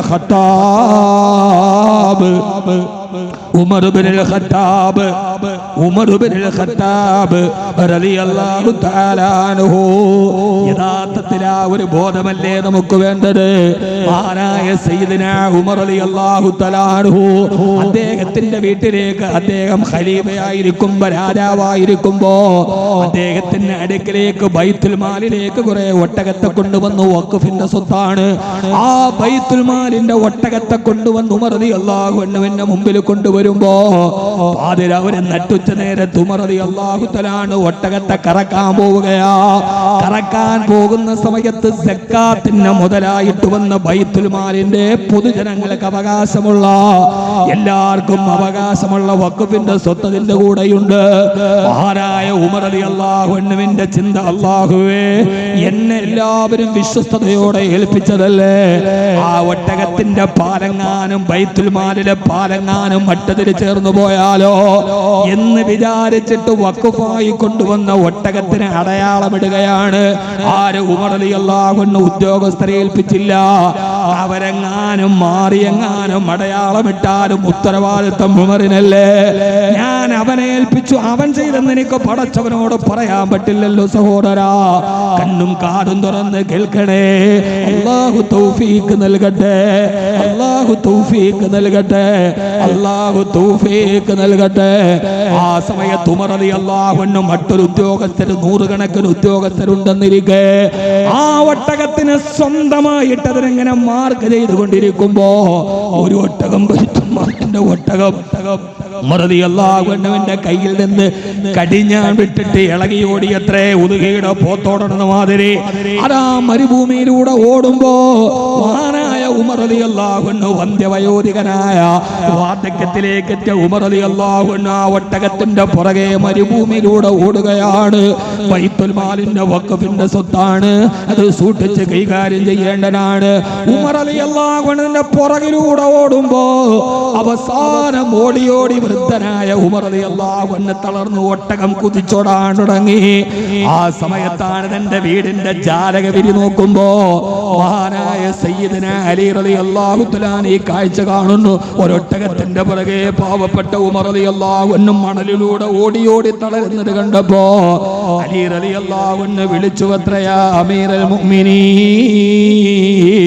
അല്ലയോ വിശ്വാസികളുടെ നേതാവേ, നിങ്ങൾ എന്തിനാണ് ഈ വയസ്സായിട്ട് നിങ്ങൾ ഓടുന്നതെന്തിന്? അല്പനേരം മാറി നിൽക്കും, ഞാനതിനെ പിടിച്ചുകൊണ്ട് തരാമെന്ന് പറഞ്ഞപ്പോ ഓട്ടത്തിന്റെ ഇടയിൽ തിരിഞ്ഞു നോക്കിയിട്ട് ജാലകവിരികൾക്കിടയിലൂടെ ചോദിച്ച അലി റളിയല്ലാഹു അൻഹുവിനോട് ചോദിക്കുന്നുണ്ട്, അലിയേ, ഓടി ഞാനൊന്ന് തളർന്നപ്പോ എന്നെ സഹായിക്കാൻ ഇവിടെ നീയുണ്ട്. നാളെ ഈ ഒട്ടകത്തിന്റെ പേരിൽ, ബൈത്തുൽ മാലിന്റെ ഒട്ടകത്തിന്റെ പേരിൽ പടച്ചവൻ എന്നെ പിടിച്ചു നിർത്തിയാൽ ആ സമയത്ത് നീ എന്നെ സഹായിക്കാൻ കാണുമോ? എന്റെ കൂടെ നിന്ന് നിങ്ങൾ കാണുമോ? എനിക്ക് വേണ്ടി എന്ത് ചെയ്യാനുള്ളവർ കാണുമോ? അവിടെ ഇതിനെ കണക്ക് ബോധിപ്പിക്കേണ്ടത് ഞാൻ ഒറ്റക്കല്ലേ. അതുകൊണ്ട് അലിയേ, ഇത് ഞാൻ കൈകാര്യം ചെയ്തു കൊള്ളാമെന്ന് പറഞ്ഞു സയ്യിദുനാ ഉമർ റളിയല്ലാഹു അൻഹു. സഹോദരായ, ആരാണെങ്കിലും എന്താണെങ്കിലും പടച്ചവനേൽപ്പിക്കുന്ന ബൈത്തുൽ മാൽ വളരെ പ്രധാനപ്പെട്ടതാണ്. അല്ലാഹു നമുക്കതിനെ കുറിച്ചുള്ള ബോധം തരട്ടെ. ആമീൻ പറയ് മനുഷ്യന്മാരെ. അല്ലാഹു നമുക്ക് ബോധം തരട്ടെ. ഇതെനിക്ക് നിങ്ങൾക്ക് മുന്നറിയിപ്പാണ്. ബോധമില്ലാഞ്ഞിട്ടല്ല, ചെവി കേൾക്കാഞ്ഞിട്ടല്ല. പക്ഷേ ഒരൊറ്റ പ്രശ്നമേ ഉള്ളൂ. എന്താ പ്രശ്നം? ഇത് ബോധമില്ലാഞ്ഞിട്ടല്ല, ചെവി കേൾക്കാഞ്ഞിട്ടുമല്ല.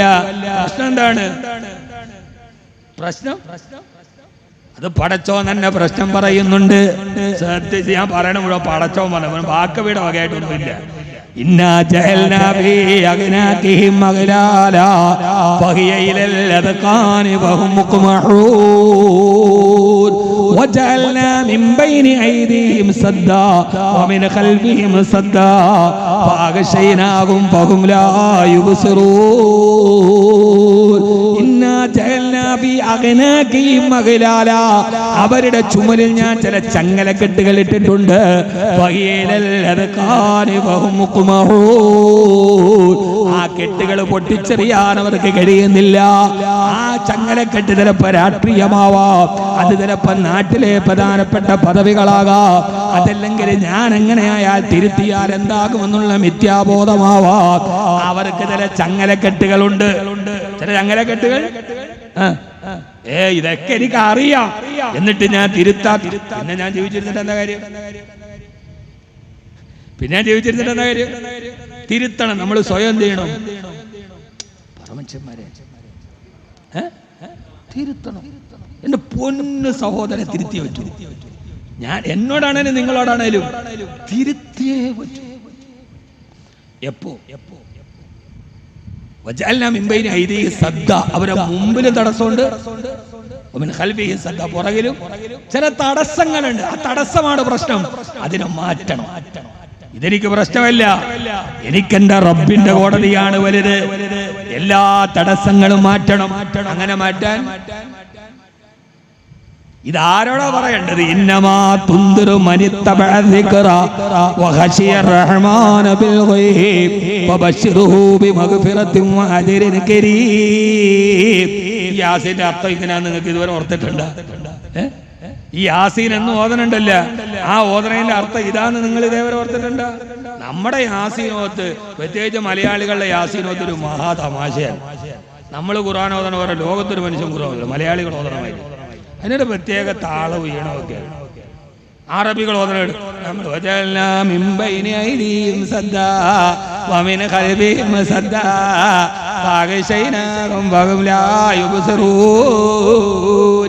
അത് മലയാളിയുടെ ഒരു താളമാണ്. അറബികൾ ഇങ്ങനെ ഓതുവോ, നോർത്തിന്ത്യക്കാർ ഓതുവോ? അതെന്നറിയോ? നമ്മുടെ ഈ നാട്ടിലെ ഒരു സംഗീതം ഉണ്ടല്ലോ, മാപ്പിളപ്പാട്ട്, അത് നമ്മുടെ ഓത്തിലും വന്നിട്ടുണ്ട്. അതുണ്ട്.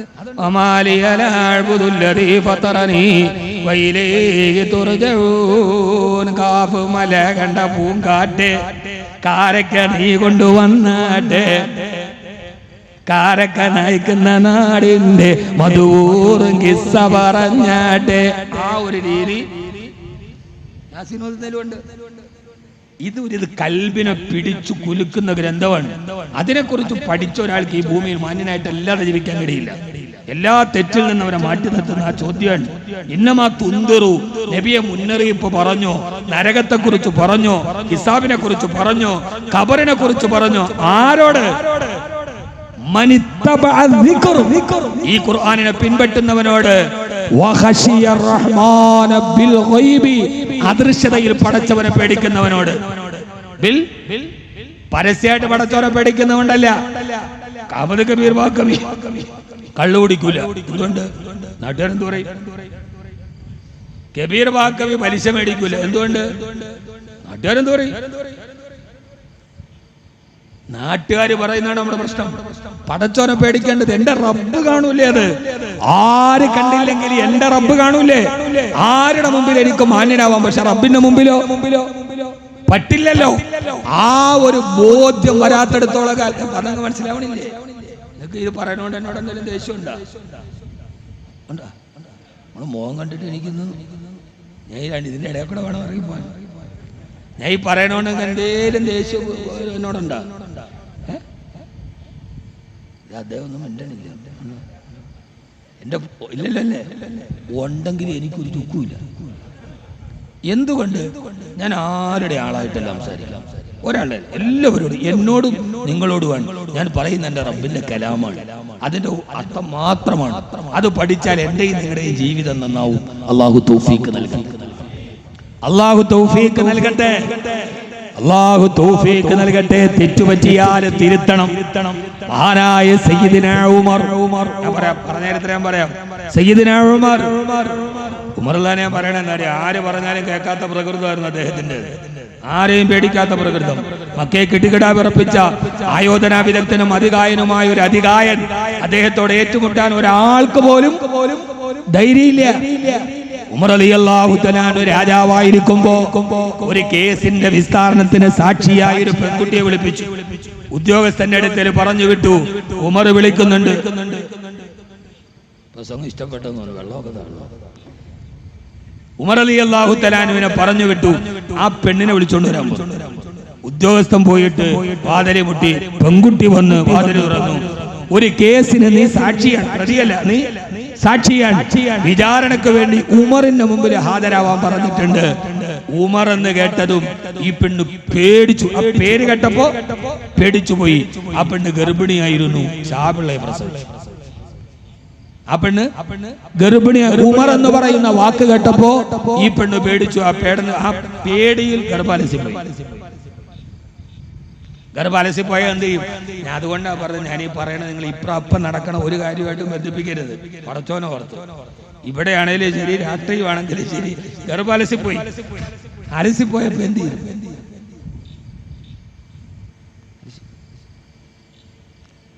അത്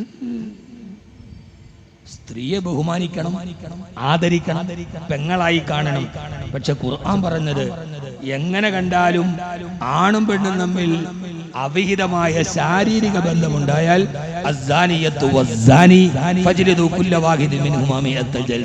വ്യഭിചരിച്ച ആണിനും പെണ്ണിനും 100 അടി കൊടുക്കും. അതിനകത്ത് പെണ്ണിന് പ്രിവിലേജ് ഒന്നുമില്ല. ആണ് പോയി ബസ് അങ്ങോട്ട് പോയി ഇടിച്ചാന്നും പറയാൻ പറ്റത്തില്ല. ശാരീരിക ബന്ധം ഉണ്ടായോ ആ തെറ്റിൽ രണ്ടുപേരും ഒരേപോലെ. വ്യഭിചരിച്ച ആണിനെയും പെണ്ണിനെയും ഒരേപോലെ ശിക്ഷിക്കണം. അതിനകത്ത് പെണ്ണിന് പ്രിവിലേജ് ഒന്നുമില്ല. ഇസ്ലാമിക നിയമത്തിൽ ഇവിടെ ഉണ്ടോന്നില്ല. ഉണ്ടാ അതിൽ രണ്ടുപേരും ഒരേപോലെ കുറ്റക്കാരാണ്. നമ്മുടെ നാട്ടിൽ ഒരാൾ പറഞ്ഞാൽ എന്ന് ഒരു ബസ് പോയി പോസ്റ്റ് ഇടിച്ചു. ഇതെങ്ങനെയാണ് ഇടിച്ചത്? ഞാൻ ഇങ്ങനെ സ്പീഡിൽ പോകാതെ പോസ്റ്റ് വന്ന് എന്റെ വണ്ടിയിൽ ഒറ്റ ഇടി. ആ കാക്ക പറയാണ് ഈ പോസ്റ്റ് പോയി, ആ പോസ്റ്റ് വന്ന് എന്റെ വണ്ടിയിൽ പോയി. നമ്മൾ മിക്കവാറും ഒരു കാര്യം പറയുമ്പോഴാണ് വണ്ടി പോയി പോസ്റ്റ് ഇടിച്ചല്ല, പോസ്റ്റ് വന്ന് വണ്ടിയിൽ ഇടിച്ചാണ്. ഞാൻ അത് സമ്മതിക്കാൻ നമ്മളെ കൊണ്ട് പറ്റില്ല. സമ്മതിക്കുമ്പോഴാണ് ഒരുത്തൻ വലിയവനാണ്, മറച്ചു വെക്കുമ്പോഴാണ് ഒരുത്തൻ നിസ്സാരനാവും. സമ്മതിക്കും, എനിക്ക് തെറ്റുപറ്റി, ഞാൻ മലക്കല്ല, മനുഷ്യനാണ്, മനുഷ്യൻ തെറ്റുപറ്റുന്നവനാണ്. സഹോദരങ്ങളെ, എന്തുകൊണ്ട് ആ ഗർഭം അലസിപ്പോയി? വലിയ പ്രശ്നമായി. ഉമർ റളിയല്ലാഹു അൻഹുവിനോട് വന്നിട്ട് ആ ഭൃത്യം പറഞ്ഞു, ആരരെ അയാൾ, ആ പെണ്ണിന്റെ ഗർഭം അലസിപ്പോയി. ഉമർ പേടിയായി. പടച്ചോനെ, ആ പെണ്ണിന്റെ ഗർഭം പോയാലും ഒരു കുഞ്ഞ് ചത്തുപോ മരിച്ചു പോയല്ലോ, എന്താ ചെയ്യുക? അല്ലാഹു നമുക്ക് തൗഫീഖ് നൽകട്ടെ. ആമീൻ പറയ്. അല്ലാഹു നമുക്ക് തൗഫീഖ് നൽകട്ടെ. ബദറിലും മികന്തൊരു ശോഭ നബി, ബീവി ആമിന തന്റെ സബി, വലതുൽ അമീനായി വന്ന നബി, ആമന്നാ ബി റസൂലില്ലാഹി ഹസ്ബി റബ്ബി.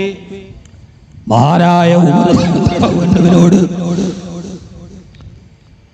ഈ പടയാളി വന്ന് വിവരം പറഞ്ഞപ്പോ മഹാനവറുകളെ എല്ലാവർക്കും വല്ലാത്ത സങ്കടമായി. പടച്ചവനെ, ഞാൻ കാരണത്താൽ ഒരു സ്ത്രീയുടെ ഗർഭം അലസിപ്പോയല്ലോ.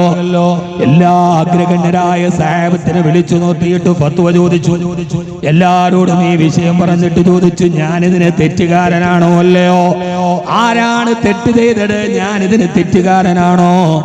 എല്ലാ സഹാബത്തിനെയും വിളിച്ചു നിർത്തിയിട്ട് ഫത്വ ചോദിച്ചു. ഫത്വ എന്ന് പറഞ്ഞാൽ അഭിപ്രായം, തീരുമാനം, അത് ചോദിക്കണം. ഉമർ റളിയല്ലാഹു അൻഹു പറയാ, ഞാനാണ് രാജാവ്, ബാക്കിയുള്ളവരൊക്കെ എന്റെ താഴെയാണ്, ഞാൻ തന്നെ വിധിക്കും, ഞാൻ തന്നെ കൊല്ലും, ഞാൻ തന്നെ തൂക്കിലേറ്റും. അല്ല, എല്ലാരോടും. കാരണം എന്തുകൊണ്ട്? പടച്ചോന്റെ മുമ്പിൽ പോവണ്ടേ? ആ ഒരു ബോധ്യമുള്ളത് കൊണ്ട് എല്ലാവരോടും ചോദിച്ചു. എല്ലാവരും പറഞ്ഞു, ഇല്ല ഇല്ല ഉമറേ, ഉമറേ, നീ അതിലെ തെറ്റുകാരനല്ല, നീ തെറ്റുകാരനല്ല. കാരണം നീ ഒന്നും ചെയ്തിട്ടില്ലല്ലോ, അതുകൊണ്ട് നീ തെറ്റുകാരനല്ല ഉമറേ എന്ന് മഹാന്മാരായ എല്ലാ സഹാബത്തുകളും, മഹാന്മാരായ മുഴുവൻ സഹാബത്തുകളും ഫത്വ കൊടുത്തു. നീ തെറ്റുകാരനല്ല.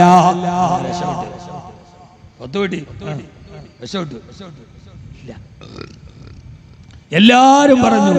സദസ്സിൽ കുറെ സഹാബത്തുണ്ട്, അവരെല്ലാം ഫത്വ പറഞ്ഞു, നീ തെറ്റുകാരനല്ല.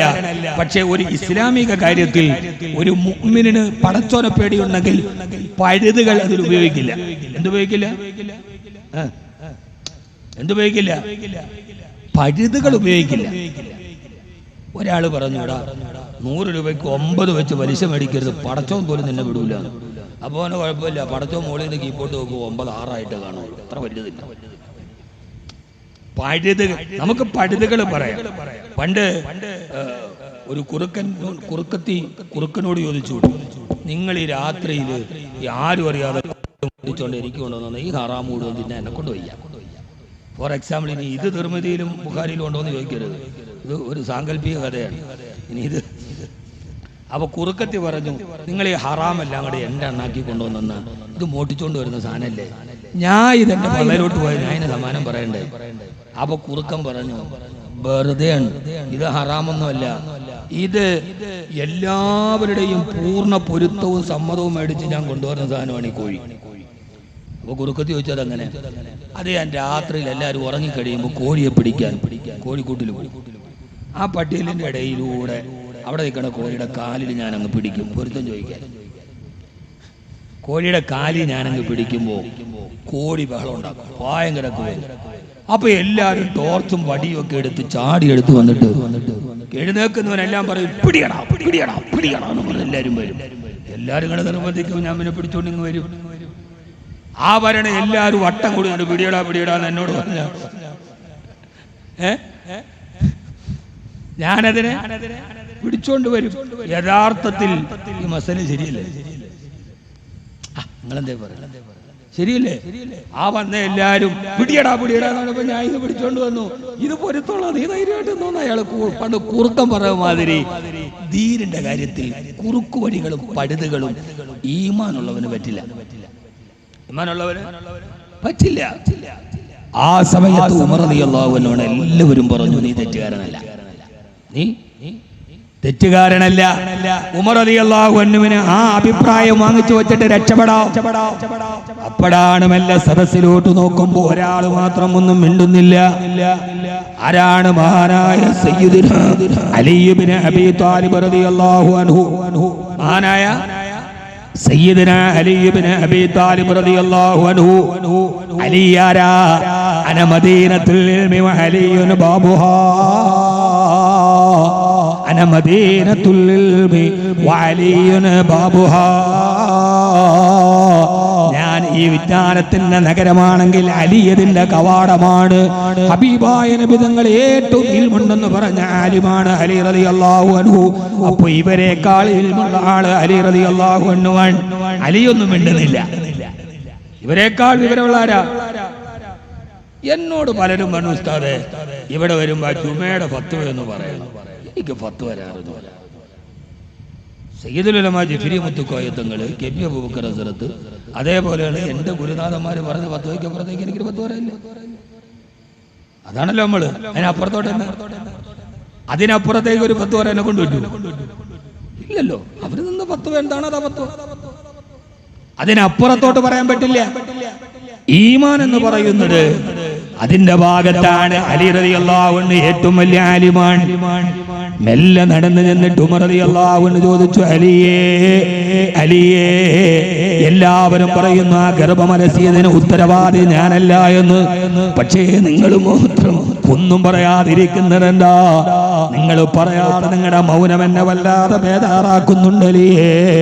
അതുകൊണ്ട് നിങ്ങൾ എന്തെങ്കിലും പറയണേ എന്ന് പറഞ്ഞപ്പോ ആ സമയത്ത് എല്ലാവരുടെയും മുമ്പിൽ എഴുന്നേറ്റ് നിന്ന് എല്ലാ അഭിപ്രായത്തിന്റെയും ഇടയിൽ അലി റളിയല്ലാഹു അൻഹു പറയുന്നുണ്ട്, അമീറുൽ മുഅ്മിനീൻ അന്തൽ അമീനുഹാ, ആ പെണ്ണിന്റെ ഗർഭം ആലോചിപ്പോയതിന്റെ ഉത്തരവാദി നിങ്ങൾ ഒരേ ഒരാൾ മാത്രമാണ്. അതിന്റെ കുറ്റം നിങ്ങൾക്ക് മാത്രമാണ് അലിയേ. അലി റളിയല്ലാഹു തആല അത്ഭുതത്തോടെ ചോദിച്ചു, എന്തായി പറയുന്നത് എന്റെ പ്രിയപ്പെട്ട അമീറുൽ മുഅ്മിനീൻ? ആ പെണ്ണിന്റെ ഗർഭം അലസാനുള്ള കാരണം എന്താ? ഉമർ എന്ന പേര് കേട്ടപ്പെടല്ലേ ഗർഭമലസിയത്. ഒരാൾ കേട്ടാൽ പേടി തോന്നുന്ന വിധത്തിലുള്ള സ്വഭാവം നിനക്കുള്ളത് കൊണ്ടല്ലേ, അത്ര പരുക്കനായതുകൊണ്ട്, ആരെയും പേടിപ്പിക്കുന്ന സ്വഭാവം നിന്റെ സ്വഭാവം അങ്ങനെ ആയതുകൊണ്ട്, ആ സ്വഭാവത്തിന്റെ ഉടമയായതുകൊണ്ട് ആ പെണ്ണ് പേടിച്ചു പോയത്. അതുകൊണ്ട് ആ ഗർഭമലസിയതിന്റെ ഉത്തരവാദി ഉമറേ നീയാണെന്ന് മഹാനായ സയ്യിദുനാ അലി ഇബ്നു അബീ താലിബ് റളിയല്ലാഹു അൻഹു എല്ലാവരും തനിക്ക് കൂടെ നിന്നപ്പോ നിശബ്ദനായി നിന്ന അലി റളിയല്ലാഹു അൻഹുവിന്റെ മുമ്പിൽ പോയി സംഭവിച്ചതിന്റെ ഉത്തരവാദിത്തം മുഴുവൻ നിയമങ്ങൾ കീറി മുറിച്ചെറിഞ്ഞ് അലി റളിയല്ലാഹു അൻഹുവിന്റെ മുമ്പിൽ പൊട്ടിക്കരഞ്ഞിട്ട് കൈപിടിച്ചിട്ട് അല്ലാഹുവിന്റെ റസൂലിന്റെ പ്രിയപ്പെട്ട സഹാബി പറഞ്ഞു, അത്ര അമലിയേ അല്ലാഹു നിന്നെ അനുഗ്രഹിക്കട്ടെ. ഉമറിനെ തിരുത്താണ് പടച്ചവൻ നിനക്കാണല്ലോ ഭാഗ്യം തന്നതലിയേ. സഹോദരാ സഹോദരി, എല്ലാത്തിനെയും അവസാനത്തെ ഒടുക്കത്തെ തത്വമേതെന്നറിയോ? ഏത് പടിതിലും രക്ഷപ്പെടാൻ കഴിയുന്ന ഭൂമിയിൽ നിന്ന് രക്ഷപ്പെടാൻ കഴിയാത്ത പടച്ചവന്റെ മുമ്പിൽ ഹാജരാക്കപ്പെടുമെന്നുള്ള ബോധമാണ്. അല്ലാഹു നമുക്കതിനെ തൗഫീഖ് നൽകട്ടെ. ആ വൃദ്ധ പറഞ്ഞു, അത്രയലാ ജസാഹുല്ലാഹു അന്നി ഖൈറാ. ഉമറേ, അല്ലാഹു ഉമർ ഗുണം പിടിക്കാതെ പോവട്ടെ. ഉമർ റളിയല്ലാഹു തആല വിലങ്ങണിയിച്ചില്ല, വെടിവെച്ചില്ല, കൽത്തുറുങ്കിൽ അടച്ചില്ല, കാരാഗ്രഹത്തിൽ പറഞ്ഞു വിട്ടില്ല. ഉമ്മ, നിങ്ങൾ അങ്ങനെ പറയാനുള്ള കാരണം എന്താണ്? എത്ര നാളായി ഞാൻ ഇവിടെ ഭക്ഷണമില്ലാതെ ജീവിക്കുന്നു. അധികാരത്തിലേറിയിട്ട് ഇതേവരെ ഉമർ ഒരു ദിർഹം പോലും എനിക്ക് പെൻഷനായിട്ട് തന്നിട്ടില്ല. ഈ പെൻഷൻ പണ്ട് മുതലേ പ്രശ്നമാണ്. ആ ഉമർ റളിയല്ലാഹു അൻഹുവോട് വൃദ്ധ പറഞ്ഞു, ഇല്ല ഇല്ല, ഇത്രയും നാളായിട്ട് ഉമർ എനിക്ക് പെൻഷൻ തന്നിട്ടില്ല. ഉമർ റളിയല്ലാഹു അൻഹു ചോദിച്ചു, ഉമ്മ, മദീനയിൽ നിന്ന് കിലോമീറ്റർ അകലെ പാലാവാരം പോലെ പരന്നു കിടക്കുന്ന മരുഭൂമിയുടെ അങ്ങേയറ്റത്ത് ഒറ്റയ്ക്ക് താമസിക്കുന്ന നിങ്ങളെ ഉമറിനെ അറിയാഞ്ഞിട്ടല്ലേ? കോപത്തോടെ ആ ഉമ്മ ചോദിച്ച ഒരു ചോദ്യമുണ്ട്. എന്താണ് പറയുന്നത്? ഉമറിനെ എന്നെ അറിയില്ലെന്നോ? യഹ്കുമു ബൈനനാ വലാ യഅലമുനാ, ഞങ്ങളുടെ ഖലീഫയാണെന്ന് പറയുകയും എന്നിട്ട് ഞങ്ങളിൽ ഒരാളെ അറിയില്ല എന്ന് പറഞ്ഞാൽ ഇവിടെ വെച്ച് പറയാം, പക്ഷേ പടച്ചോന്റെ മുമ്പിൽ പറയാൻ പറ്റൂ ഉമറേ, ഞാൻ അറിഞ്ഞില്ല, ഞാൻ കണ്ടില്ല, ഞാൻ കേട്ടില്ല, അതങ്ങനെയല്ല, അതിങ്ങനെയല്ല, പടച്ചോന്റെ മുമ്പിൽ പറയാൻ പറ്റുമോ ഉമറേ എന്ന് ചോദ്യം വന്നപ്പോ ആരായ ഉമർ റളിയല്ലാഹു അൻഹു പേടിച്ചു വിറച്ചുപോയി. തന്റെ പോക്കറ്റിൽ നിന്നൊരു 20 ദിർഹം കയ്യിലെടുത്തിട്ട് ഉമ്മാ, ഇതേവരെ തരാതിരുന്ന മുഴുവൻ പെൻഷനും കൂട്ടി 20 ദിർഹം നിങ്ങൾക്ക് ഞാൻ തരാം. നിങ്ങളുടെ പരാതി നിങ്ങൾ പിൻവലിക്കുമോ? ആ വൃദ്ധ ഒന്നിച്ച് പെൻഷൻ കിട്ടിയപ്പോ പറഞ്ഞു, ഞാനത് പിൻവലിക്കാം, ഇനി പരാതിയില്ല.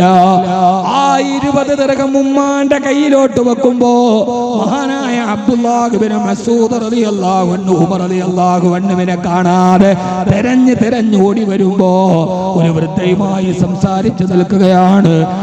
ഇബ്നു മസ്ഊദ് റളിയല്ലാഹു അൻഹു വിളിച്ചു, യാ അമീറൽ മുഅ്മിനീൻ, അല്ലയോ വിശ്വാസികളുടെ നേതാവേ. ആ വിളി കേട്ട വൃദ്ധ പേടിച്ചു വിറച്ചു പോയി. ഇങ്ങനെ ഒരാളെ വിളിക്കുന്നത് അന്നത്തെ ഖലീഫയാണ്, തന്റെ മുമ്പിൽ നിൽക്കുന്നത് ഉമറാണെന്നറിഞ്ഞ് ഞെട്ടിത്തരിച്ചിട്ട് ആ ഉമ്മ പേടിച്ചു വിറക്കുമ്പോ ഉമർ റളിയല്ലാഹു അൻഹുവിനോട് പറഞ്ഞു, ഉമറേ, എന്നെ ശിക്ഷിക്കരുതേ, നിങ്ങൾ ഖലീഫയാണെന്ന് ഞാൻ അറിഞ്ഞില്ല, ഉമറാണെന്ന് ഞാൻ അറിഞ്ഞില്ല. പേടിച്ചരണ്ട് കരയുമ്പോ ഉമർ റളിയല്ലാഹു തആല അൻഹു തന്റെ പ്രിയപ്പെട്ട മകൻ അബ്ദുല്ലാഹ് ഇബ്നു ഉമറിനെ വിളിച്ചു, ഇബ്നു മസ്ഊദേ, ഒരു ചെറിയ തോൽക്കഷണം കൊണ്ടുവാ. ആ തോൽക്കഷണം കൊണ്ടുവന്നു. എന്നിട്ട് അതിനകത്തെഴുതി,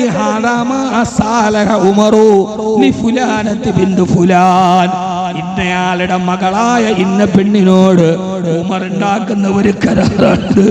ഇതുവരെ കൊടുക്കാത്ത പെൻഷനെല്ലാം ഒന്നിച്ചു കൂട്ടി വെച്ച് ഞാൻ കൊടുത്തിട്ടുണ്ട്. ഇബ്നു മസ്ഊദേ, താഴെയൊന്ന് ഒപ്പിടണേ. മോനെ അബ്ദുല്ലാ, താഴെ ഇബ്നു മസ്ഊദ് റളിയല്ലാഹു അൻഹു സാക്ഷിയായി ഒപ്പിട്ടു. മോനെ അബ്ദുല്ലാഹ് ഇബ്നു ഉമർ റളിയല്ലാഹു അൻഹുവിനോട് ആ കരാർ പത്രം ഇങ്ങനെ ചുരുട്ടിയിട്ട് കയ്യിൽ വെച്ചിട്ട് മഹാനായ ഉമർ റളിയല്ലാഹു അൻഹു പറയുന്നുണ്ട്, മോനെ അബ്ദുല്ലാ, എന്റെ വാപ്പയായ ഞാൻ മരിച്ചു കഴിയുമ്പോ ഈ കരാർ പത്രം എന്റെ കഫൻ തുണിയുടെ കൂടെ അങ്ങ് കെട്ടിവെച്ചേക്കണേ. നാളെ പരലോകത്ത് ചെല്ലുമ്പോ ഈ വൃദ്ധയെങ്ങാനും എനിക്കെതിരെ വിരൽ ചൂണ്ടിയാൽ ആ സമയത്ത് ഉമറിന്റെ ഏക സാക്ഷി ഇതാണെന്ന് പറഞ്ഞ് മഹാനായ സയ്യിദുനാ ഉമർ ഇബ്നുൽ ഖത്താബ് റളിയല്ലാഹു അൻഹു. സഹോദരങ്ങളെ, സുഹൃത്തുക്കളെ, വരുന്നുണ്ട് ദിവസം മഹ്ശറ. അകത്തുള്ളതെല്ലാം വന്ന് തള്ളും മക്ബറ. എല്ലാവരും ഈ ഖബറിൽ നിന്ന് എഴുന്നേറ്റ് യൗമ നഹ്ശുറുൽ മുത്തഖീന ഇലർ റഹ്മാനി വഫദാ വനസൂഖുൽ മുജ്രിമീന ഇലാ ജഹന്നമ വിറദാ. എല്ലാവരും ഏകനായ റബ്ബിന്റെ മുമ്പിൽ, ഖഹാറായ റബ്ബിന്റെ മുമ്പിൽ, ജബ്ബാറായ റബ്ബിന്റെ മുമ്പിൽ ഒരുമിച്ച് നിൽക്കുന്ന ദിവസം, കത്തിക്കാളുന്ന നരകത്തെ കാണുന്ന ദിവസം. ഫഅൻദർതുകും നാറൻ തലല്ലാ ലാ യസ്ലാഹാ ഇല്ലൽ അഷ്ഖാ.